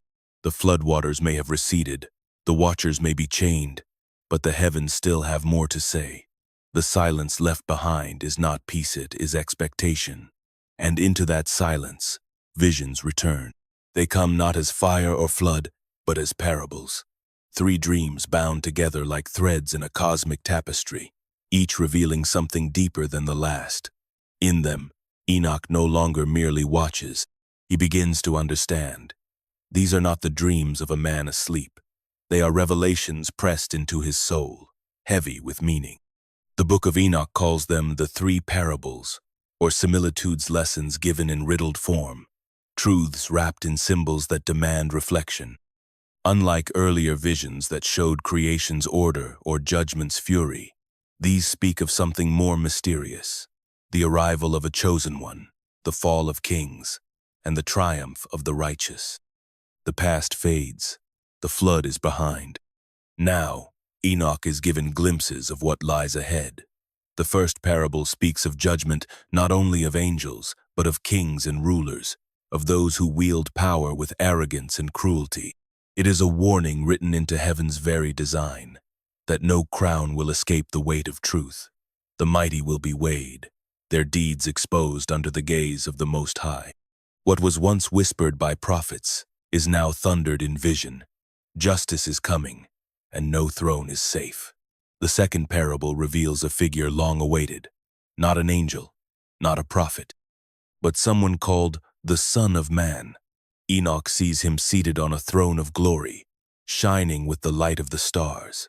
He is not born of rebellion like the Watchers, nor shaped from earth like men. He is something more, chosen before time, hidden until the appointed hour. He will judge the kings, protect the righteous, and restore the broken order of the world. His face shines with mercy. His voice carries justice. The heavens know his name, even if the earth does not. The third parable is the most mysterious. It speaks of the paths of the stars and the secrets of the universe, of rivers of light and storehouses of wind, but also of souls the righteous who will rise again, and the wicked who will fade like smoke. This final vision ties the cosmic to the personal. The movements of galaxies echo the destinies of hearts. It's not just the world that awaits judgment, but every individual spirit. Heaven is not far away. It lives close, beneath skin and breath. Together, the three parables shift Enoch's role. No longer just a witness of the past, he becomes a prophet of what's to come, a messenger not only for his own generation, but for every generation after. For in these riddles lie the seeds of apocalypse, Messiah, and resurrection truths that would echo in scrolls, in gospels, and in dreams still to be dreamt. Enoch sees a light that does not come from sun or moon. It rises not from the east, but from within, an illumination that fills the soul before it touches the eyes. This is no ordinary vision. It is the first parable, a glimpse behind the veil where time and sorrow break and something eternal begins. The world has seen judgment. Now Enoch is shown what comes after for those who walk the path of righteousness. He is taken to a place not found on any map, a land reserved for those who kept faith when all around them fell to ruin. The vision begins not with thunder, but with quiet, a stillness more powerful than storm, and in this stillness the righteous dwell, not as ghosts or shadows, but as beings alive with joy-rooted, enduring, whole. There are no palaces here, no gold thrones or towering walls. Instead, the reward is something deeper, peace without end, a garden that never withers, a sky that never turns to ash. These souls walk among living waters, beside trees heavy with fruit that never rot. Their wounds have been mended, their tears wiped away, and more than comfort, they carry honor. The world may have forgotten them, mocked them, crushed them, but here they are remembered by name. Angels speak their deeds aloud. The heavens echo their faithfulness. Enoch watches as they gather, not in fear, but in song. Their voices rise not because they must, but because the joy within them can no longer be contained.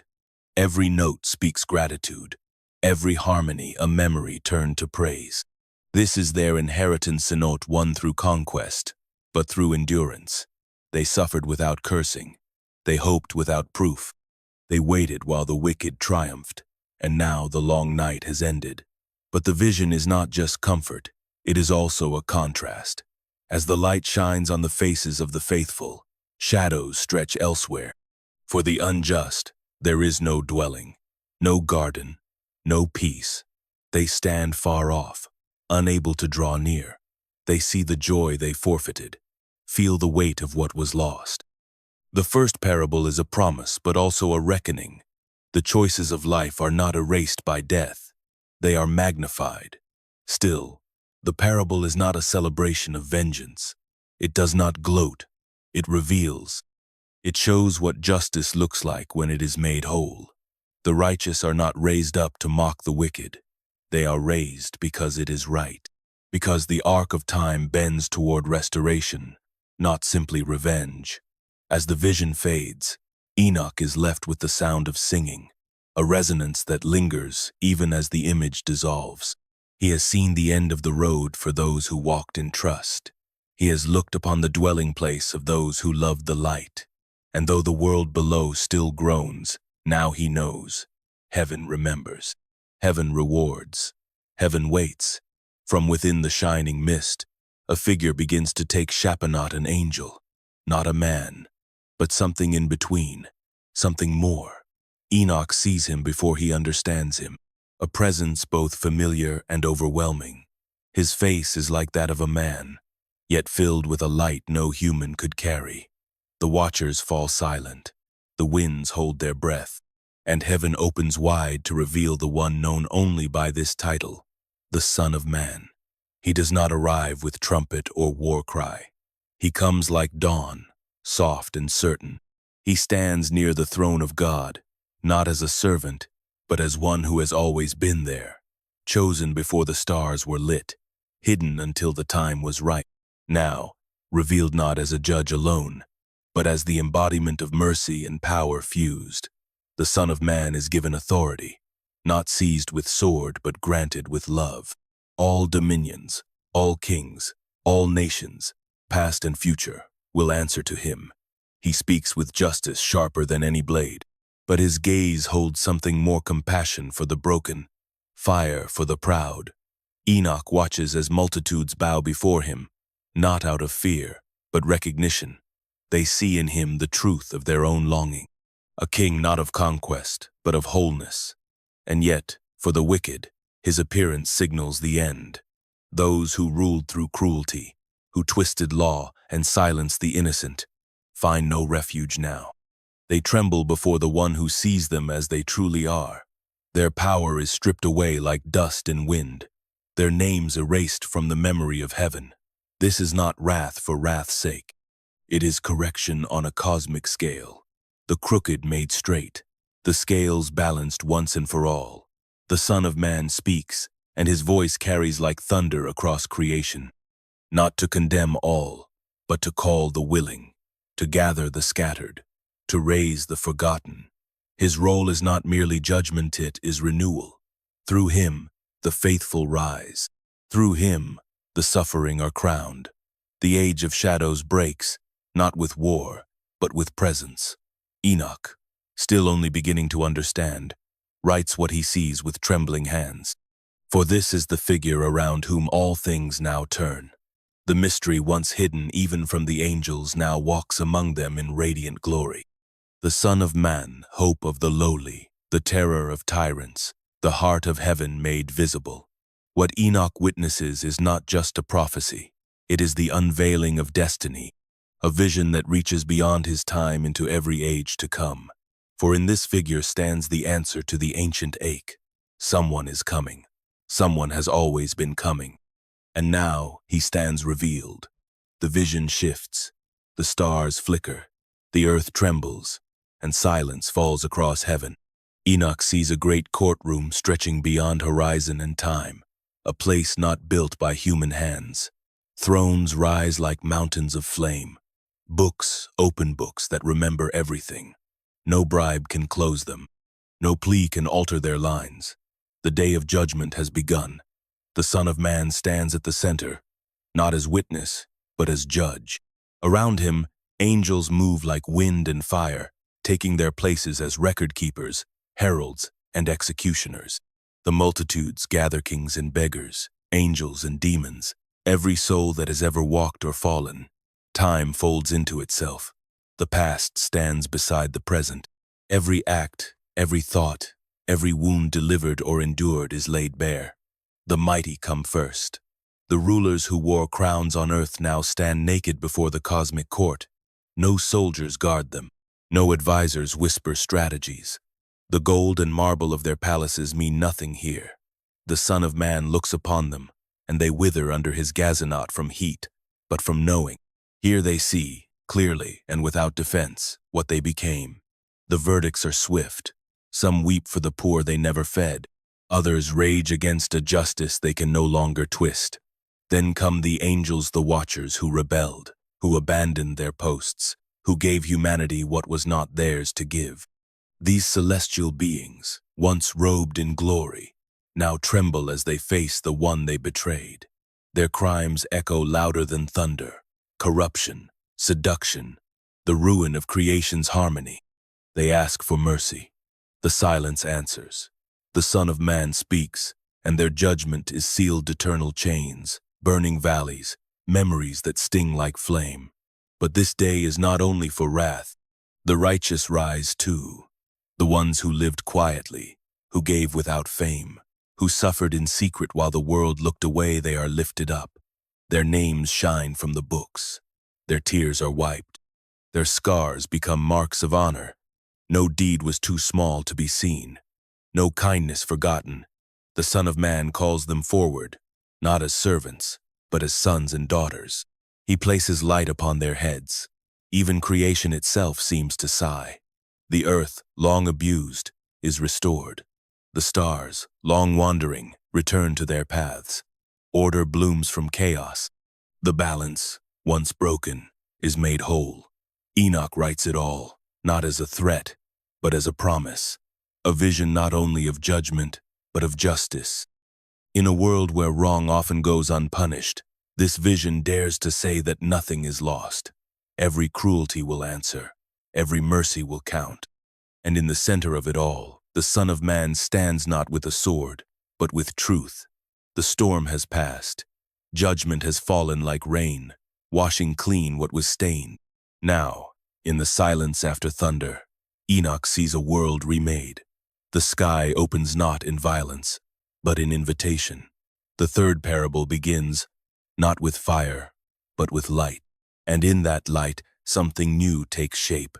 A heaven restored, an earth renewed, a creation reborn from the bones of the old. Mountains shine like polished glass. Rivers run not only with water, but with joy. The land no longer groans beneath the weight of injustice. No blood soaks the soil. No screams echo through the night. The Nephilim are gone. The watchers are bound. The tyrants judged. Now, what remains is only what was always meant to be. The righteous walk in lands of peace. Their footsteps light. Their burdens gone. Trees bear fruit without toil. The sun warms but never burns. Time itself seems to stretch and soften, no longer rushing toward death, but circling gently like a dance. In this new world, fear is a foreign language. Grief is a forgotten song. The heavens, once a realm far above, now draw near. The divide between spiritual and physical thins until it vanishes entirely. Angels walk with men, not as masters but as kin. Light flows from every corner, not blinding, but healing. Every living thing pulses with a quiet joy, a deep knowing that all is right at last. And above it all, the throne, no longer hidden, no longer distant. The Most High dwells not just in the seventh heaven, but here, among the renewed creation. His presence fills everything, like breath fills lungs. No temple is needed, he is the temple. No veil remains, truth walks among the people.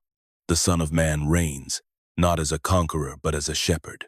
His justice is done, his mercy flows. His voice carries not commands, but welcome. Around him gather those once cast out, the broken made whole, the lost finally found. This is not victory through destruction. It is restoration through love, not escape from the world, but the world made sacred. Enoch watches all of this. his soul stilled by what he sees. He knows the pain that came before. He bore witness to the fall, the flood, the fury of judgment. But now he bears witness to something greater, the healing after all hurt, the homecoming after all exile. This third parable, this final vision, is not a warning, it is a promise. A whisper to every soul still wandering. Hold on. A world waits where every tear becomes a jewel, where every wound becomes a window for light. Enoch writes it down with steady hand, knowing that what he saw is not just a dream but the destiny of creation. A new heaven, a new earth, and the return of everything that was lost. The dust settles. The storms have ended, but something stirs beneath the earth, beneath time itself. The Book of Enoch shifts its gaze from judgment to something even stranger, resurrection. Not as myth or metaphor, but as an event written in the fabric of eternity, a promise waiting in the margins of creation. Enoch sees the dead risen not as ghosts or shadows, but whole, restored, recognizable. Bone joins to bone, breath returns. Eyes once closed in sorrow now shine with light. This isn't the vague Sheol of ancient Hebrew memory, where souls faded into a silent gray. No, Enoch's vision is vivid. The righteous rise radiant, clothed not in flesh alone but in glory. They stand before thrones of fire, not to be judged, but to be welcomed. These are the elect, the ones chosen not by status or birthright, but by the shape of their souls, by mercy shown when no one was watching, by truth spoken when silence was safer. Their names, Enoch tells us, are written in heavenly book scrolls inked not with time, but with meaning. Heaven keeps records, every act, every choice, every tear shed in secret. The angels do not forget. And when the final trumpet sounds not of brass, but of divine voice, the pages are turned, and the names are read, not for shame, but for celebration. A remembrance of those who walked the narrow path, whose lives echoed the rhythm of justice even in a broken world. The resurrection is not just about reward, it's restoration. What death fractured is healed. What history buried is unearthed and made whole. The elect don't merely return to life, they return to purpose. They become what they were always meant to be: light bearers, truth walkers, mirrors of divine image. And the joy that surrounds them isn't abstract. It's textured, tangible. A land where joy runs like rivers, where time bends into eternity, where the stars look down not in pity but in kinship. These are the children of the Most High. Their place is not beside angels, but among them. But even here, Enoch does not forget the sorrow that preceded this glory. The resurrection doesn't erase the pain, it answers it. Every martyr's blood becomes seed. Every loss finds its echo in gain. The resurrection isn't escape, it's justice completed, love fulfilled, the universe finally breathing right again. Enoch sees it all and writes it down not as a distant hope, but as a coming certainty. The dead will rise, the books will open, and those whose lives bore the mark of the divine will shine like stars, not for a day, not for an age, but forever. There is a silence before the verdict. Not the silence of absence, but of presence so vast, words dare not rise.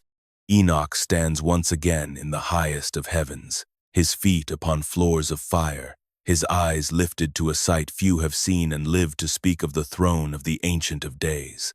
Not a metaphor, not a symbol, a throne, a court, a king. The air glows with flame, but not the kind that consumes. This is fire that reveals, fire that knows.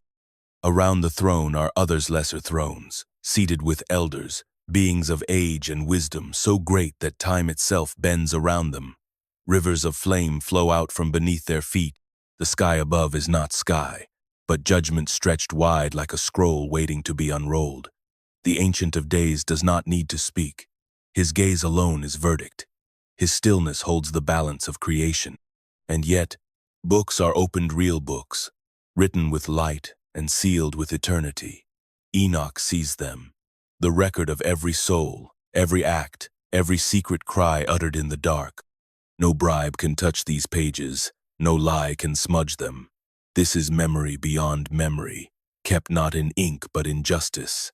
When the Son of Man appears beside the throne radiant, quiet, unmistakably sovereign, does not rise above the Ancient of Days, but receives power from him. Dominion is given, not seized. Judgment is shared, not stolen. And every knee mortal, angelic, fallen, redeemed bows. The heavenly court is not chaos. It is not vengeance. It is clarity. Those who built palaces of oppression stand naked in the flame light. Those who suffered without cause are raised to places of honor. Kings are weighed, not by crown or conquest, but by the shape of their hearts. The proud fall without a word. The humble rise without needing to ask. The fire flows on. It purges. It illuminates. Enoch watches as verdicts are passed not to destroy but to reveal. What was hidden becomes known. What was forgotten is remembered. The courtroom of heaven is not a place of fear for the righteous. It is homecoming, vindication, the final turning of the great wheel. The Ancient of Days does not change. He has always been.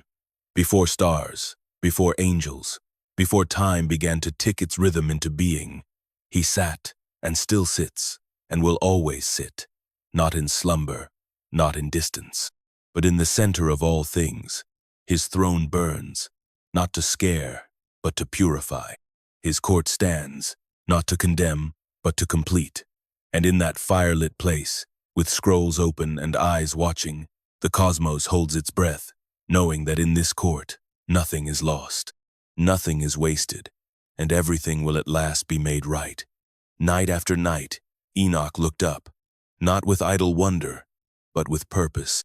He watched the stars rise and fall, the moon grow full, then fade, the sun shift ever so slightly on the horizon with each passing season. And then he began to write. What he recorded became one of the oldest calendars ever described, a sacred structure of time, hidden inside what scholars call the astronomical book. Yet for Enoch, this was no mere almanac. This was divine rhythm, the heartbeat of heaven stamped onto the sky. He saw the year not as 365 and a quarter days, but as 364 precise, balanced, divisible by 7.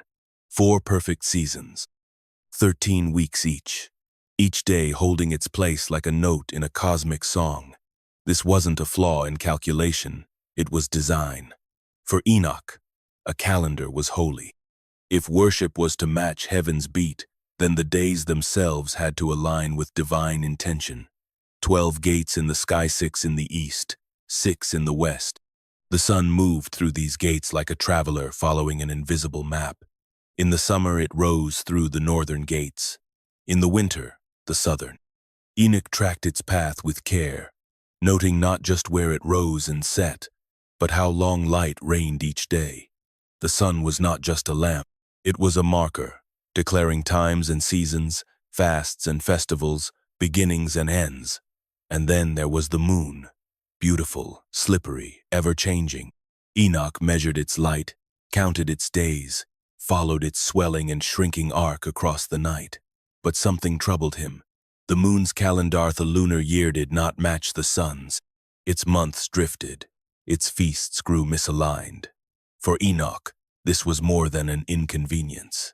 It was a spiritual danger. Wrong days meant wrong worship, and wrong worship could unravel the covenant.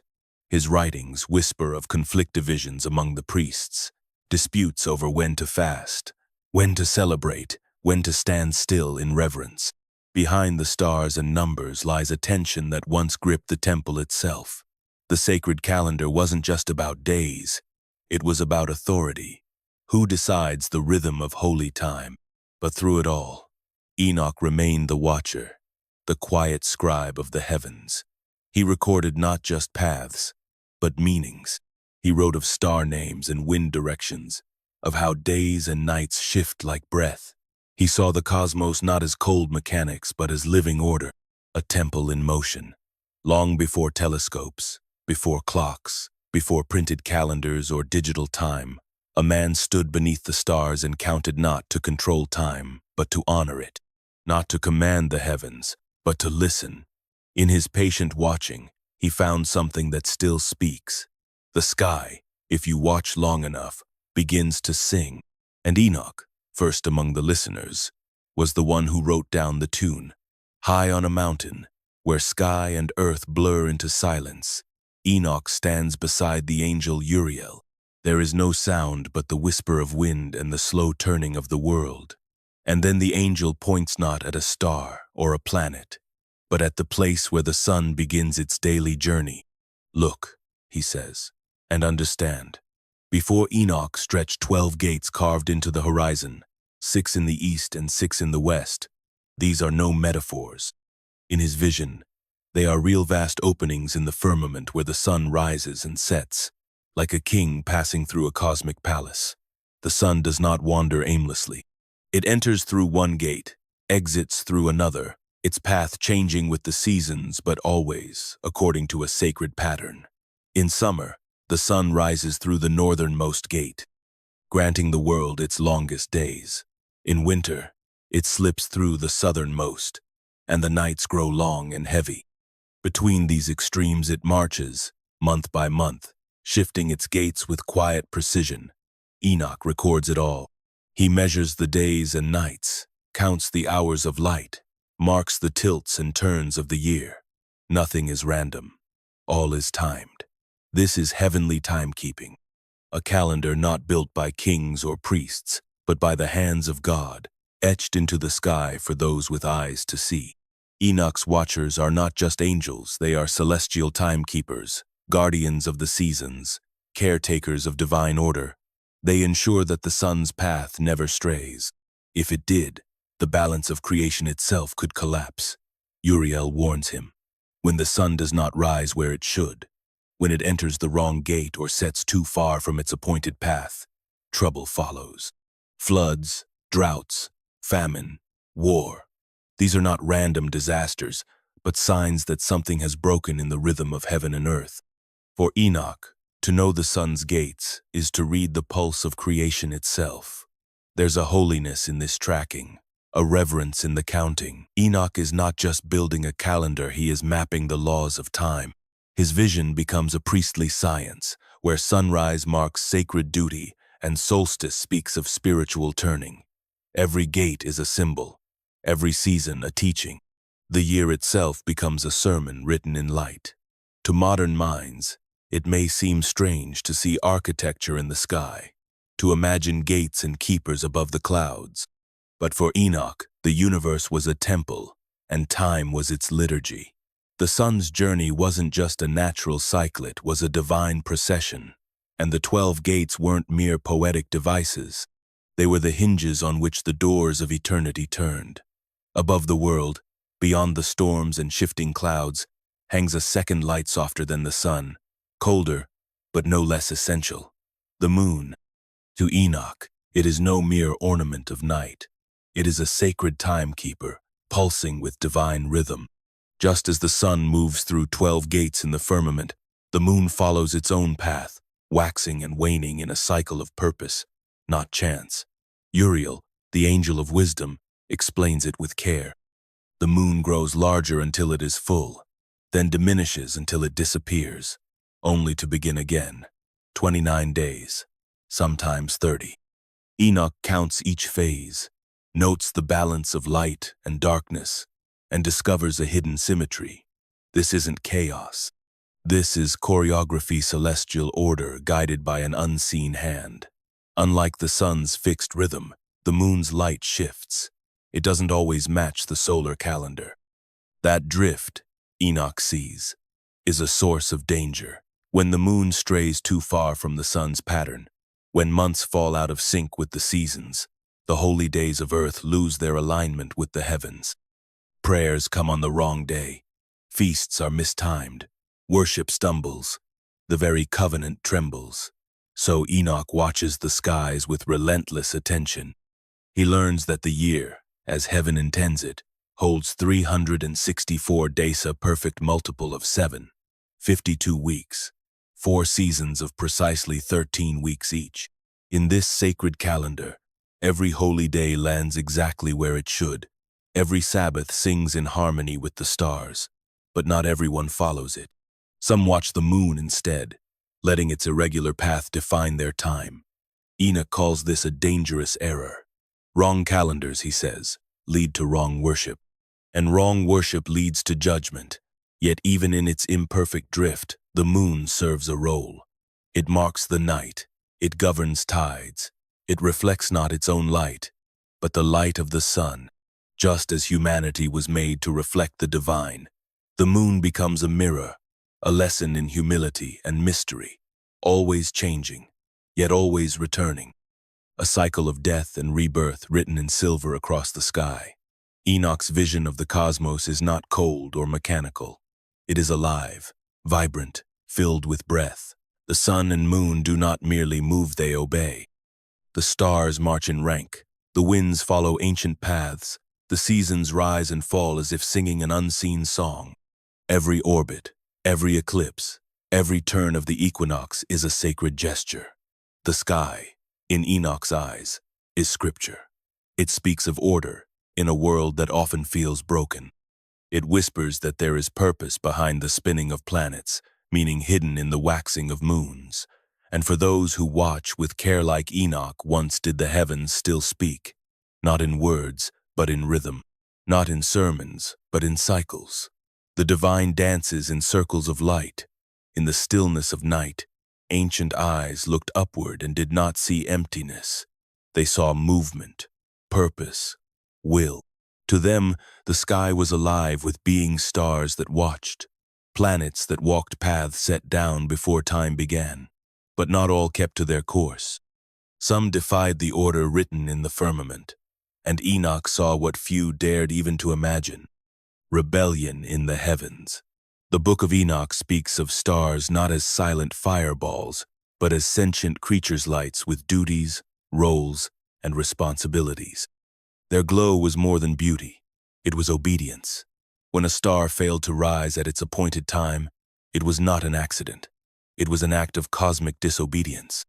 And in this sacred system, disobedience brings judgment. In one of Enoch's most haunting visions, he is shown a vast abyss, a prison forged not of stone but of darkness. There, 7 stars are bound, each one blazing like a mountain of fire burning, yet cast down. Their crime: they left their posts in the heavens. They are no longer part of the divine order. They are reminders of what happens when light chooses pride. These fallen stars are not alone. Enoch also describes wandering lights planets. Unlike the stars that remain fixed, planets drift through the night sky, changing position, bending the rules. To modern minds, this is physics. To Enoch, it is moral. The planet's unpredictable paths made them suspect. They were called wanderers for good reason. Not because they moved, but because they rebelled. Some of these celestial beings, Enoch says, aligned themselves with the watchers, the angels who came down to earth, broke their oaths, and corrupted creation. In this way, the rebellion was not just of earth, but of the cosmos. What happened below mirrored what was unraveling above, and just as the watchers were bound and cast into the depths, so too were the stars who followed them. Uriel, ever the guide, tells Enoch that this punishment is not simply torment, it is a correction. The universe, like a wounded body, tries to heal itself.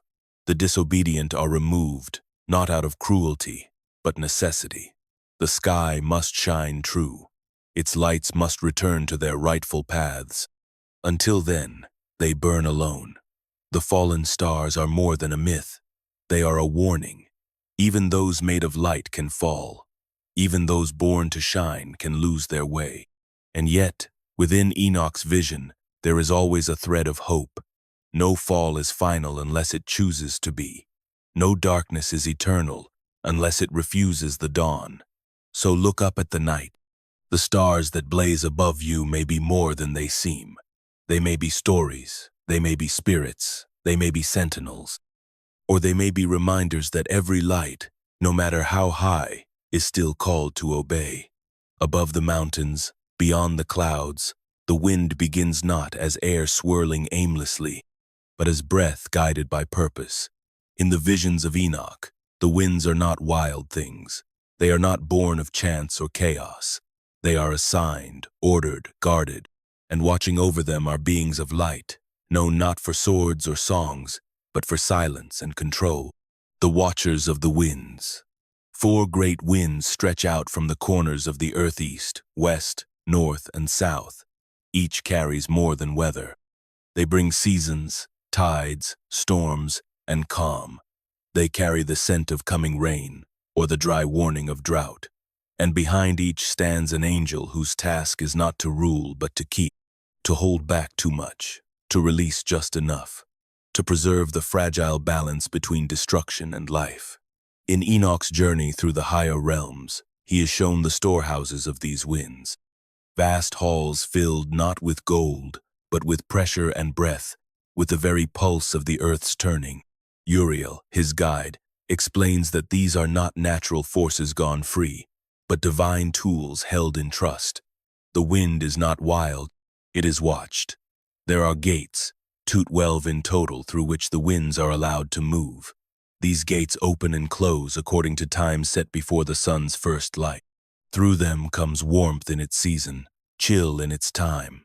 The opening of a gate is a sacred act, for if one opened too soon or too wide, the earth would suffer, crops would wither, seas would rise, plagues would spread, balance would break. The watchers assigned to these winds do not speak much in the text. They are not like the angels of fire or thunder. Their power is subtler but no less immense. When they fail, when the gates are misused, the earth remembers. Floods crash over dry land. Famines follow unbroken heat. The disorder below always begins above. This vision of Enoch turns weather from something passive into something moral. Storms are not just events. They are signs. They warn, they correct, they call. A late rain is a message. A sudden frost is a reminder. Nothing in creation is without voice if one knows how to listen. For the ancient reader, and perhaps still for us, this idea changes the very air we breathe. It turns sky into scripture. It makes each breeze a verse, each gust a page turned in the book of days. When the wind howls through trees or dances across water, Enoch might ask us not to cover our heads, but to lift our eyes. What watches us is also being watched. What moves us moves at the command of unseen guardians. The watchers of the winds do not command storms. They guard them. They hold back wrath. They preserve grace. And in doing so, they hold the world together, one breath at a time. The sky was never empty. To Enoch, it was a layered house, a temple of space, where every level held mystery, and every mystery had meaning. And his guide through this vast design was Uriel, the archangel of light. Not a fiery warrior or a singer of heaven's praise, but something quieter, older. A being whose duty was to explain the hidden gears of the cosmos, to reveal how creation moved not by chance, but by law, by rhythm, by purpose. Uriel's tour did not begin with stars or storms. It began at the edges, the outermost rim of all things. There, Enoch was shown the boundary where creation stops, and the void waitsilent, cold, patient, a place not of evil, but of unmaking. Beyond it, even angels do not go. It is the edge of God's breath, where the word has not yet been spoken, and even that silence has a guardian. From this edge, Uriel leads Enoch inward, down through the layers. They pass the vault of the heavens, a dome not of metaphor, but of substance. To Enoch, the firmament was not symbolic, it was real, solid as glass, curved like a bowl over the world. Set into it were the stars, fixed and faithful, each moving along a pre-written path. The cosmos was a clock, and Uriel pointed to the hands that kept its time. He showed Enoch the gates of the sun, 12 in the east, 12 in the west, through which light enters and leaves the world. These were not poetic metaphors. They were doors, real and radiant, that opened and shut as the seasons turned. The sun, Uriel explained, did not rise by chance. It followed orders. So did the moon, so did the stars. When they deviated, it was not natural, it was rebellion. Enoch was led to the mountains that held up the sky foundations made not of dirt but of jewels and fire. He saw rivers of light that flowed upward toward God's throne. He passed the great storehouses of hail and snow, of wind and cloud weather kept like weapons, ready to be released not by forecast, but by command. At every turn, Uriel whispered the same truth. None of this is random. Every gust of wind, every change in shadow, every shift in a star's place tells a story. The universe, in Enoch's eyes, was not a dead machine but a living song. The planets did not orbit, they danced. The seasons did not shift, they obeyed. Uriel never preached, he only showed. And in showing, he taught. By the end of the journey, Enoch had not merely seen the universe, he had read it, not with eyes, but with understanding. He saw that to walk in harmony with the cosmos was to walk in step with its maker. The map of heaven was also a mirror of the soul, and in that mirror, Enoch found his place. Above the heads of the ancient world stretched more than just blue sky. To Enoch and his people, the heavens were not a vast void, but a cylinder firmament, solid and sure, arched high above the earth like crystal hardened by divine breath. It was not metaphor. It was structure. It was barrier. It was protection. The firmament was born at the beginning, when the waters of chaos still covered all. With a word, God split those waters in two, and between them stretched a vault, a dome, dividing what was above from what was below. The firmament held back the upper water's cosmic seas that still churned in the heavens, waiting for their moment. In Enoch's visions, these were not poetic ideas, they were real and terrifying. He walked to the very edge of that dome. There, with the angel Uriel, he saw how it was held aloft set on pillars of light and anchored in mountains that pierced the sky. The firmament was like polished ice, frozen water made into glass. It shone like sapphire, and through its windows moved the sun, the moon, and the stars. These windows were not imagined. They were gates 12 in the east and 12 in the west, through which the lights of heaven passed each day and night. The firmament separated realms. Beneath it, mortals walked in dust and time. Above it, the angelic hosts moved in radiance and fire. The firmament kept them apart, not as punishment, but as mercy. For the power of heaven could not spill freely into earth without consuming it. The dome was the boundary between glory and ash. But the firmament was not just a lid on the world. It was a canvas of divine order.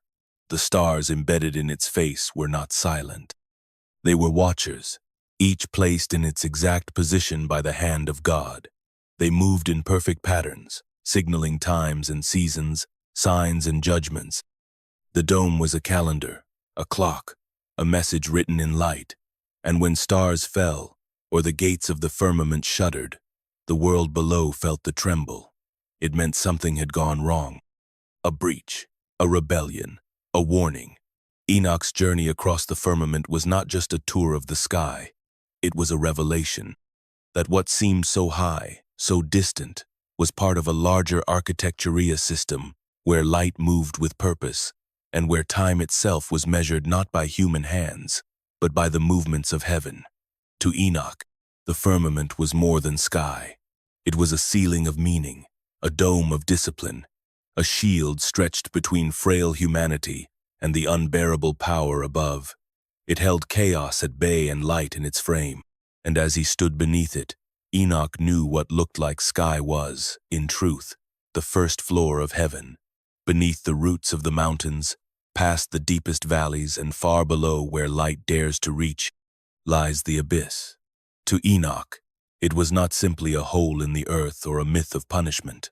It was a real place, carved into the fabric of creation like a scar. The abyss was cold, dark, and alive with waiting. Not chaos exactly, but a pause, a stillness steeped in dread. A place between judgment and final sentence, a holding chamber for the fallen and the forgotten. Enoch saw it not as a lake of fire, not yet but as a vast cavity of silence, where time seemed frozen and echoes carried the weight of sorrow. Here, souls cried out without voice, not the righteous dead, who found peace above, but the spirits who had strayed too far from the path of light, the unrepentant, the half-made monsters, the ghosts of giants drowned in the flood, their bodies long gone but their twisted wills still roaming. He was taken there by angels, brought to its rim, and told to look. What he saw was not mere punishment but containment, a great deep with barred gates, sealed chambers, and thrones not of mercy but of reckoning. There were places for kings who ruled with cruelty, for shepherds who abandoned their flocks, for beings who crossed divine lines and would not return. Their names were known, their deeds are recorded, their rest was denied. The abyss was not without purpose. It held what the earth could not carry and what heaven would not receive. It was built to last until the day when all things hidden would come to light, when every being human, angelic, or other would be brought forth for final judgment. Until then, the abyss waited. It did not forget. It did not forgive. It held. In one vision, Enoch saw stars cast into the abyss, fallen beings who once sang in the heights, now bound in flame and silence. They glowed still, but gave no light. They burned, but did not consume. These were the watchers who had defied heaven, now entombed in darkness deeper than any tomb. He saw their chains, forged not from iron but from law, from the very word of God that once placed them in the sky. The abyss was not a place of chaos. It was a prison of order, terrible, precise, inevitable. Even the winds did not enter without permission. Even the shadows obeyed. To Enoch, it was a warning that nothing escapes the eye of the Most High, that rebellion, no matter how dazzling, always leads down, that there are places in the cosmos made not for death, but for waiting, and in that waiting, souls must reckon not only with what they did, but with what they became. The abyss is not the end. It is the silence before the verdict, the space between fall and fire, the dark waiting room of the lost. Beyond the stars, past the vaults of heaven and the winds that guard the world, Enoch is led to a place few have seen, a place not even angels dare to tread without command. It is the edge of all things, the farthest boundary where creation itself thins, where the known dissolves into the unknown, and where being brushes against the breathless void of nothingness. Uriel brings him there, not to dazzle him with wonders, but to reveal the terrible fragility of everything that is. Enoch sees the scaffolding of reality, the framework that holds stars in their courses and keeps the heavens from collapsing into the deep. He sees that the world is not self-sustaining. It is upheld, maintained, not by accident or inertia, but by constant will, by command that has never stopped speaking. Here, at the edge, stand the boundary keepers, angels without names known to men. They are old beyond measure, stationed like sentries at the outermost posts of the cosmos. Their task is simple and impossible: to keep the line between something and nothing from fraying, to patch the fabric of being wherever it threatens to tear, to hold back the dark that is not merely the absence of light, but the absence of form, thought, and time. Enoch is shown that this boundary is not made of matter.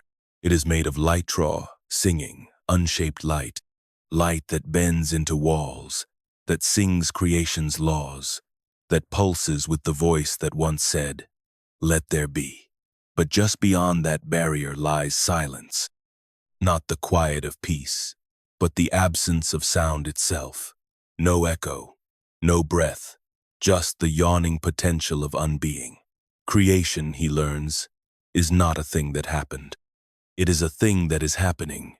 Every heartbeat, every sunrise, every orbit of moon and star is part of an ongoing act-a-song still being sung, and the edge of creation is where that song reaches its last note and holds, trembling, on the brink of silence.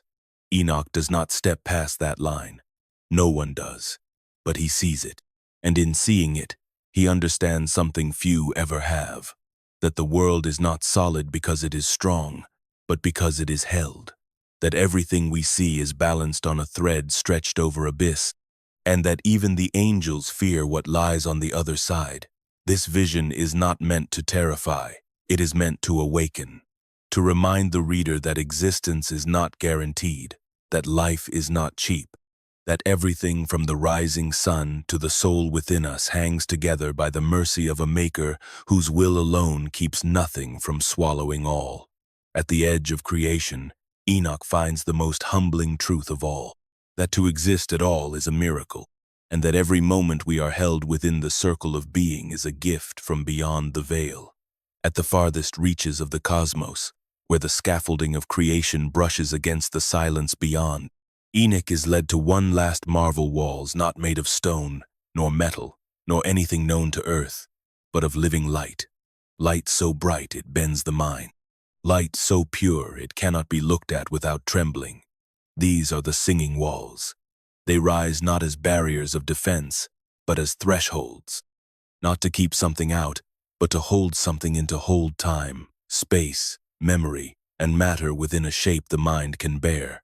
Beyond them lies no landscape, no sky, no star, only eternity. Not eternity as endless time, but as the absence of time altogether.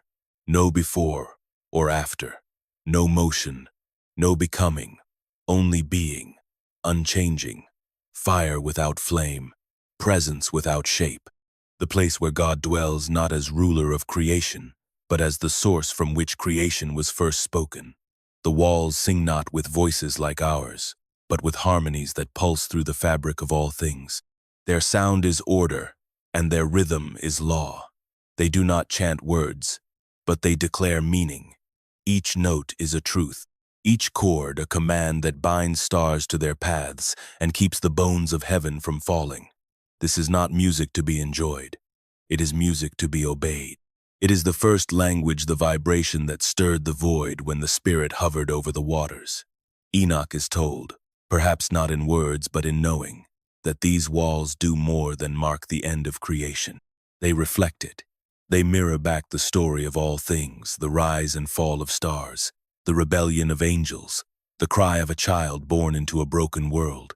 The light within the walls holds it all, and yet it holds more still. Because this is where time ends, where moments give way to meaning, where all the pages of history are gathered into a single presence, and all the songs of prophets, kings, and the lowliest of souls become one great sound.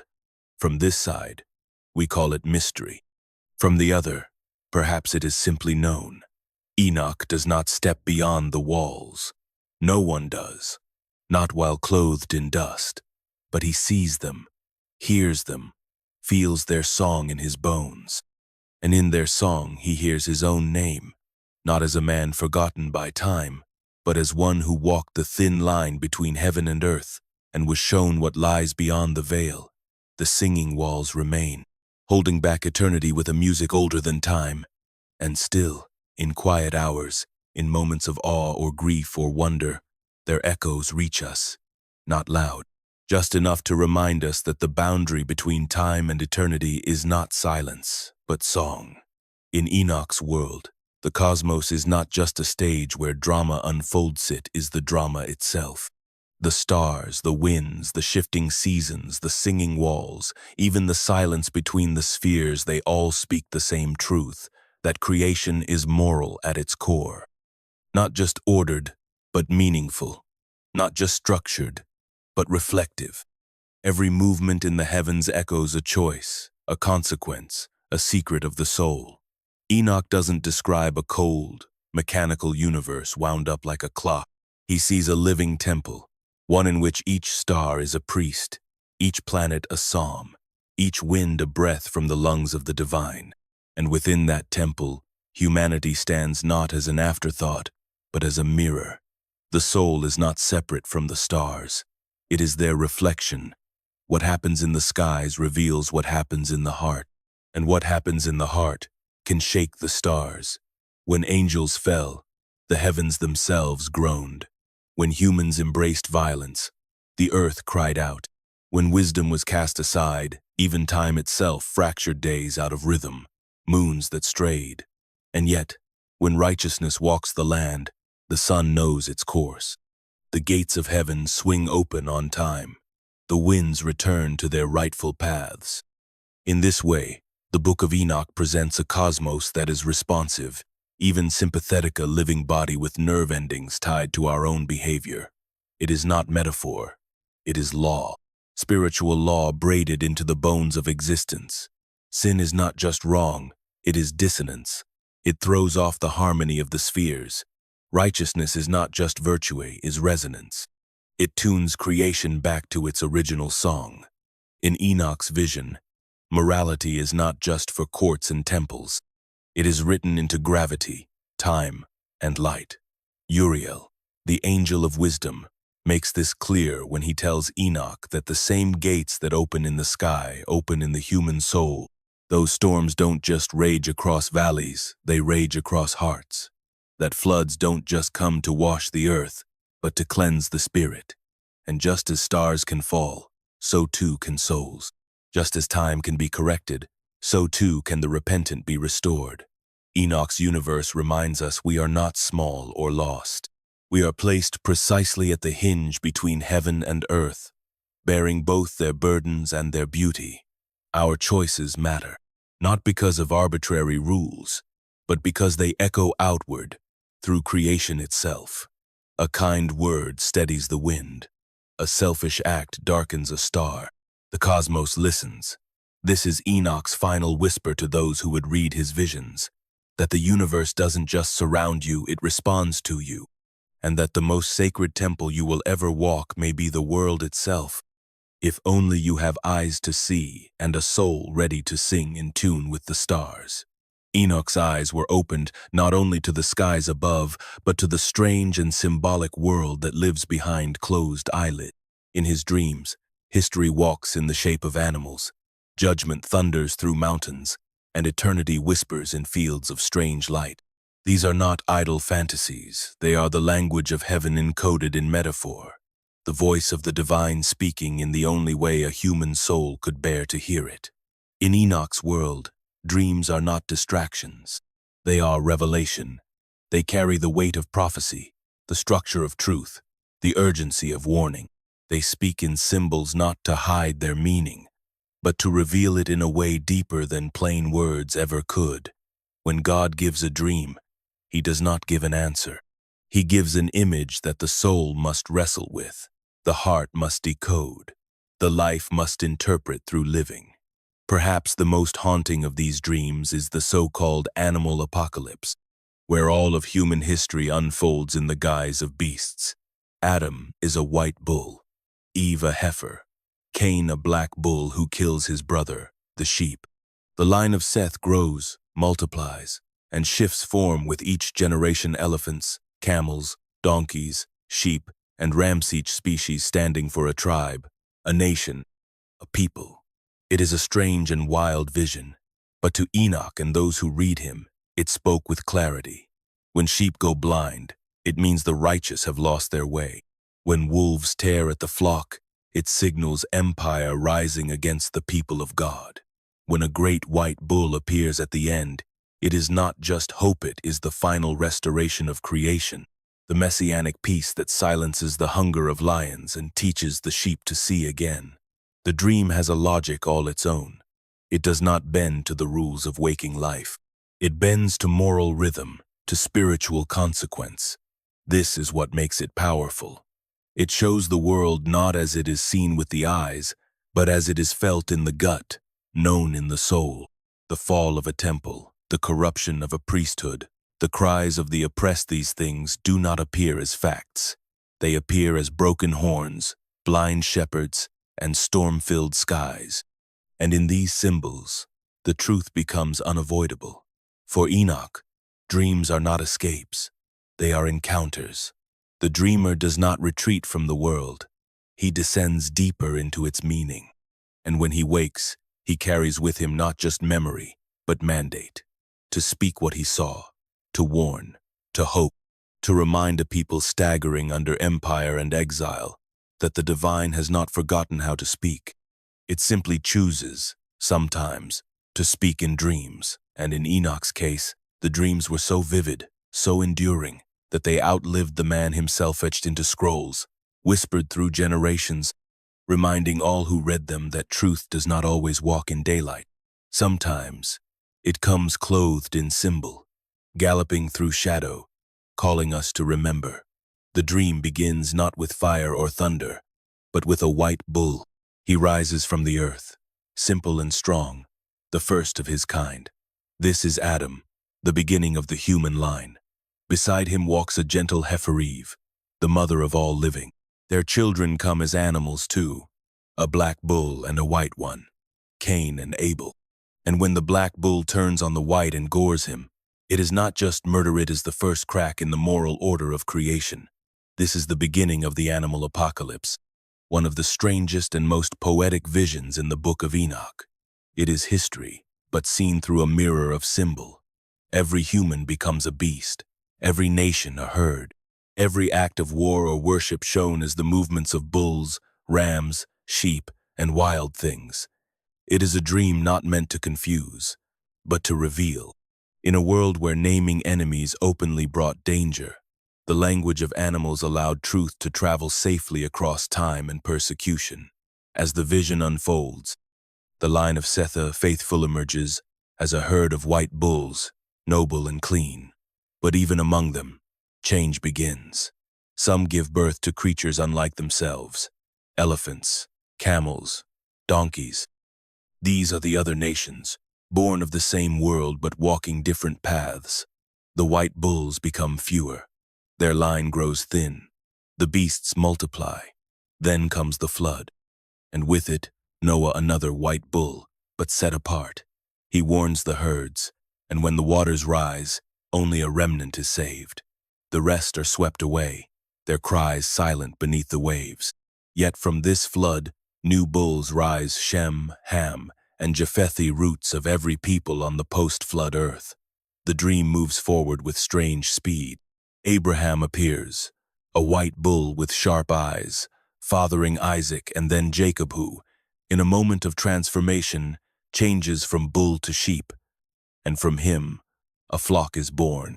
The children of Israel no longer strong animals of horn and might, but sheep vulnerable, chosen, marked by their dependence. The sheep flourish, but are soon enslaved by wolves, Egypt.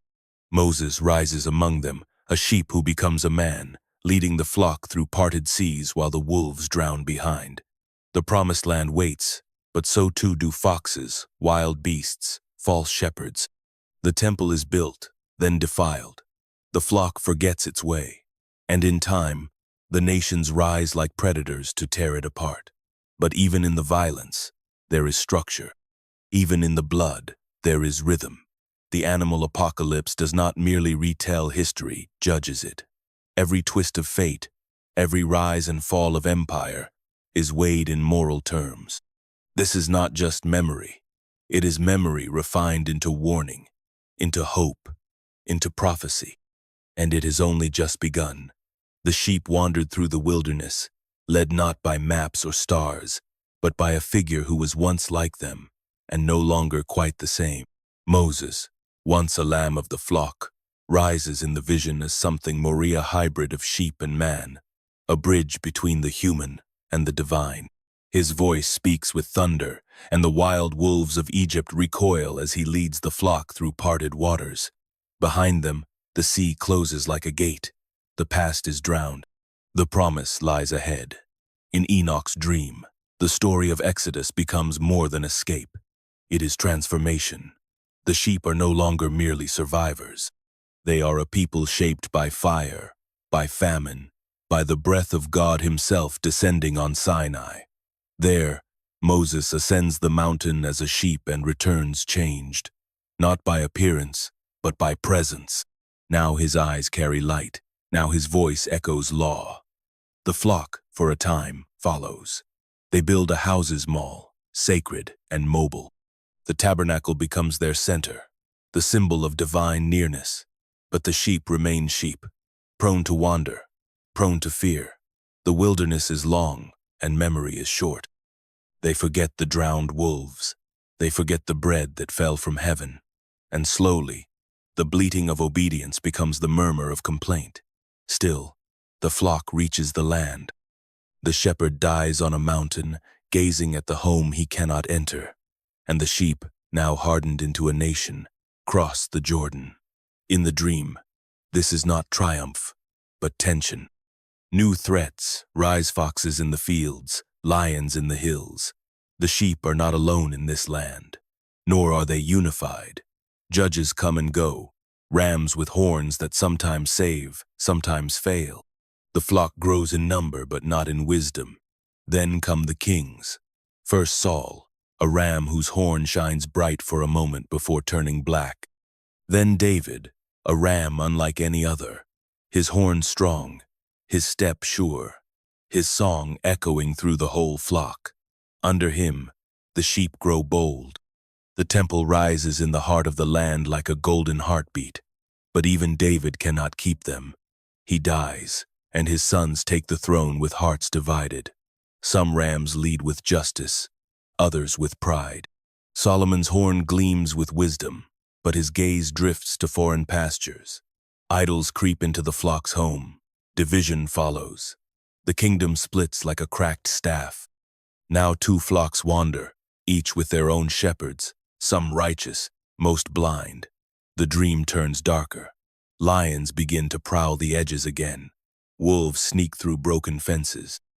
The house of God becomes a den of noise. And through it all, the sheep forget. Forget the sea that parted. Forget the law that burned. Forget the voice that once spoke from cloud and flame. In the distance, the vision tightens. Predators circle. A reckoning nears. But even now, the shepherd watches. Even now, the dream holds its breath. The sheep had wandered too far. The house they built grew hollow. Their horns dulled. Their eyes dimmed. And then, when they were at their weakest, the predators come with snarls but with standards, not as beasts from the woods but as empires from beyond the hills. In Enoch's dream, they arrive not by name, but by form. Lions, leopards, eagles, beasts that devour and scatter. First among them is the lion Babylon. The lion strikes not just the flock but its heart. The temple burns. The house of the Lord falls to ash. Smoke rises where prayer once echoed. The sheep are taken by chains, herded into strange lands where their songs are mocked, their Sabbath forgotten. The dream does not linger on the violence, but on the silence that follows it. A silence heavy with questions. Where is the shepherd now? Has the flock been abandoned? Yet even in Babylon, the dream shows watchers. Not just angels, but hidden shepherds, righteous ones among the exiles who remember the old ways. They do not fight the lion with horns, but with hope. They pray. They teach. They write down the law in scrolls carried across deserts. They keep the name of the Lord alive even when the altar is gone. And slowly, the lion fades. Next comes the bear Persia. It does not devour. It allows the sheep to return. But the flock is smaller, wearier. The temple is rebuilt, but without the same flame. It stands like a shadow of what was, a reminder more than a miracle. Some sheep rejoice, others mourn. The exile ends, but the wound remains. Then the dream turns sharp again. A leopard appears Greece. It moves faster than the others. It claws deeper. It does not burn the temple. It defiles it. It brings statues into holy places. It teaches new tongues, new gods, new ways of walking. Many sheep forget the old paths. Some follow the leopard willingly, attracted to its speed, its pride, its promise of power. But others resist. Among these rise rams with fiery horns, the Maccabees. They strike back, drive the leopard from the flock's midst. For a time, the sheep taste freedom again. They clean the temple, light its lamps, restore its rhythms. But Enoch's dream does not linger on this as a triumph. It is a breath, not a peace. The sky still darkens, the earth still trembles. The sheep are scattered across the hills of time. Some huddle in ruins, some wander foreign fields, some forget they were ever part of a flock at all. And yet, the dream keeps them in sight. It watches the scattered ones, remembers the broken ones. Even now, it whispers. The shepherd has not forgotten. The horn has not been broken. The final chapter has not yet come. The beasts roam, but the story moves toward its end, and the flock, though scattered, is not lost. From the edge of the field of history, where sheep have scattered and lions have prowled, a new figure steps forward. Unlike the rams and bulls before him, this one is not born from fear or forged in war. He is a great white, voluminous, immense, and unmistakably different. When he walks, all eyes lift. Predator and prey pause. His very presence bends the dream toward its end and its beginning. In Enoch's vision, this is the Messiah. Not named, not explained, simply shown. A bull like Adam, the first of men, yet more radiant, more powerful. He carries no weapons, he speaks no threat, and still, the earth itself responds. The sheep who once trembled grow bold. Their wool turns white. They become bulls too, not in pride, but in likeness. Their transformation is not conquest, but awakening. They become as he is. More astonishing still, the predators change. The lions lower their heads. The eagles fold their wings. The foxes creep forward, not to strike, but to listen.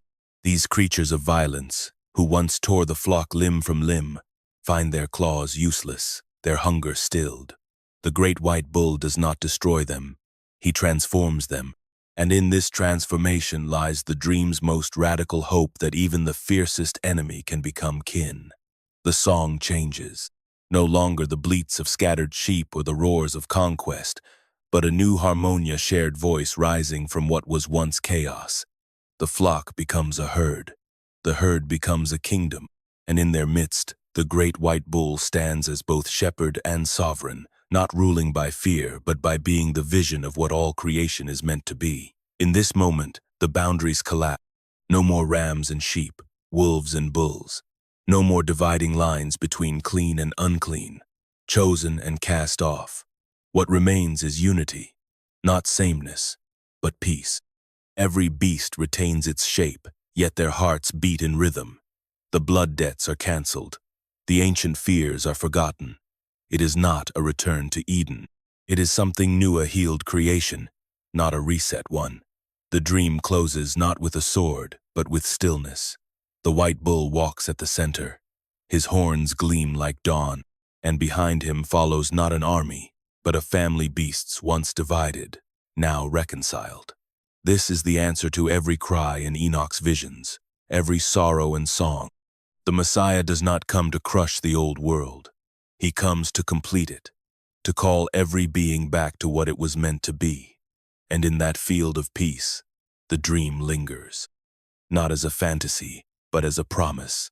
The white bull has come, the herd has gathered, and creation, long wounded, begins to sing its healing. In the quiet places of heaven, where fire does not burn and time does not pass as we know it, Enoch sits with a reed pen in hand. Around him stretch scrolls that ripple like silk in unseen winds, ink that glows faintly as if remembering the stars. He is not there as a guest or a prophet anymore. He is the scribe, the recorder of heaven's memory, the keeper of what was, what is, and what will be. Enoch's transformation into the scribe of heaven is one of the great reversals of his story. He begins as a mortal man, walking humbly with God. But because he listened, because he looked and did not turn away, he is taken, lifted beyond earth's veil. There, he is given not a sword or a throne, but a pen. It is this gift that makes him one of heaven's most powerful figures.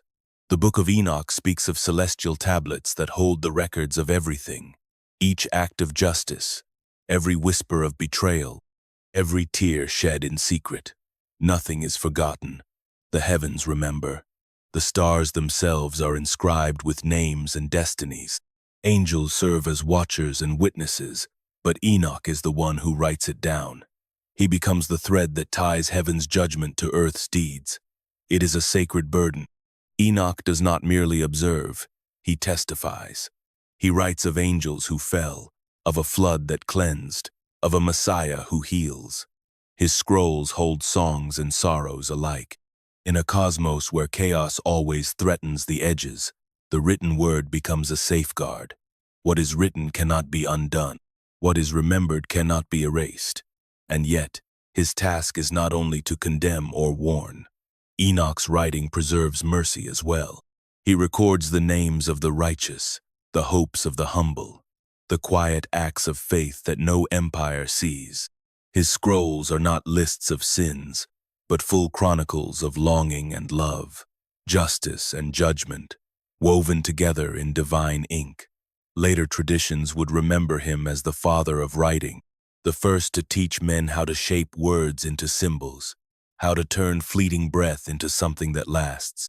In some tales, he becomes Metatron, the highest of angels, seated next to the throne of God, still holding his pen. But even then, he remains Enoch, the man who listened, the man who wrote, the man who remembered. To read his visions is to read heaven's own journals. They are not easy words. They challenge, they shake, they demand, but they endure. For in a world that forgets so quickly, Enoch reminds us that memory is sacred, that truth must be recorded, that the quiet work of writing can echo longer than thunder.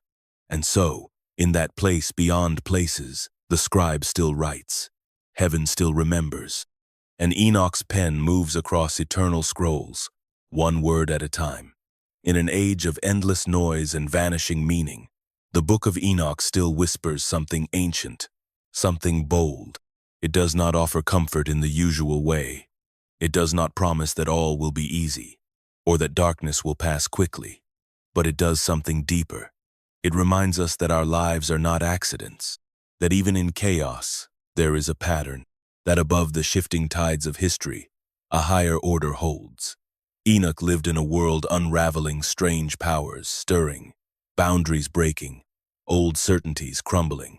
It mirrors our own in unsettling ways, yet his visions do not collapse into despair. They rise. They rise because they are not just about judgment, but about justice. Not just about punishment, but restoration. Enoch does not flinch from what is wrong.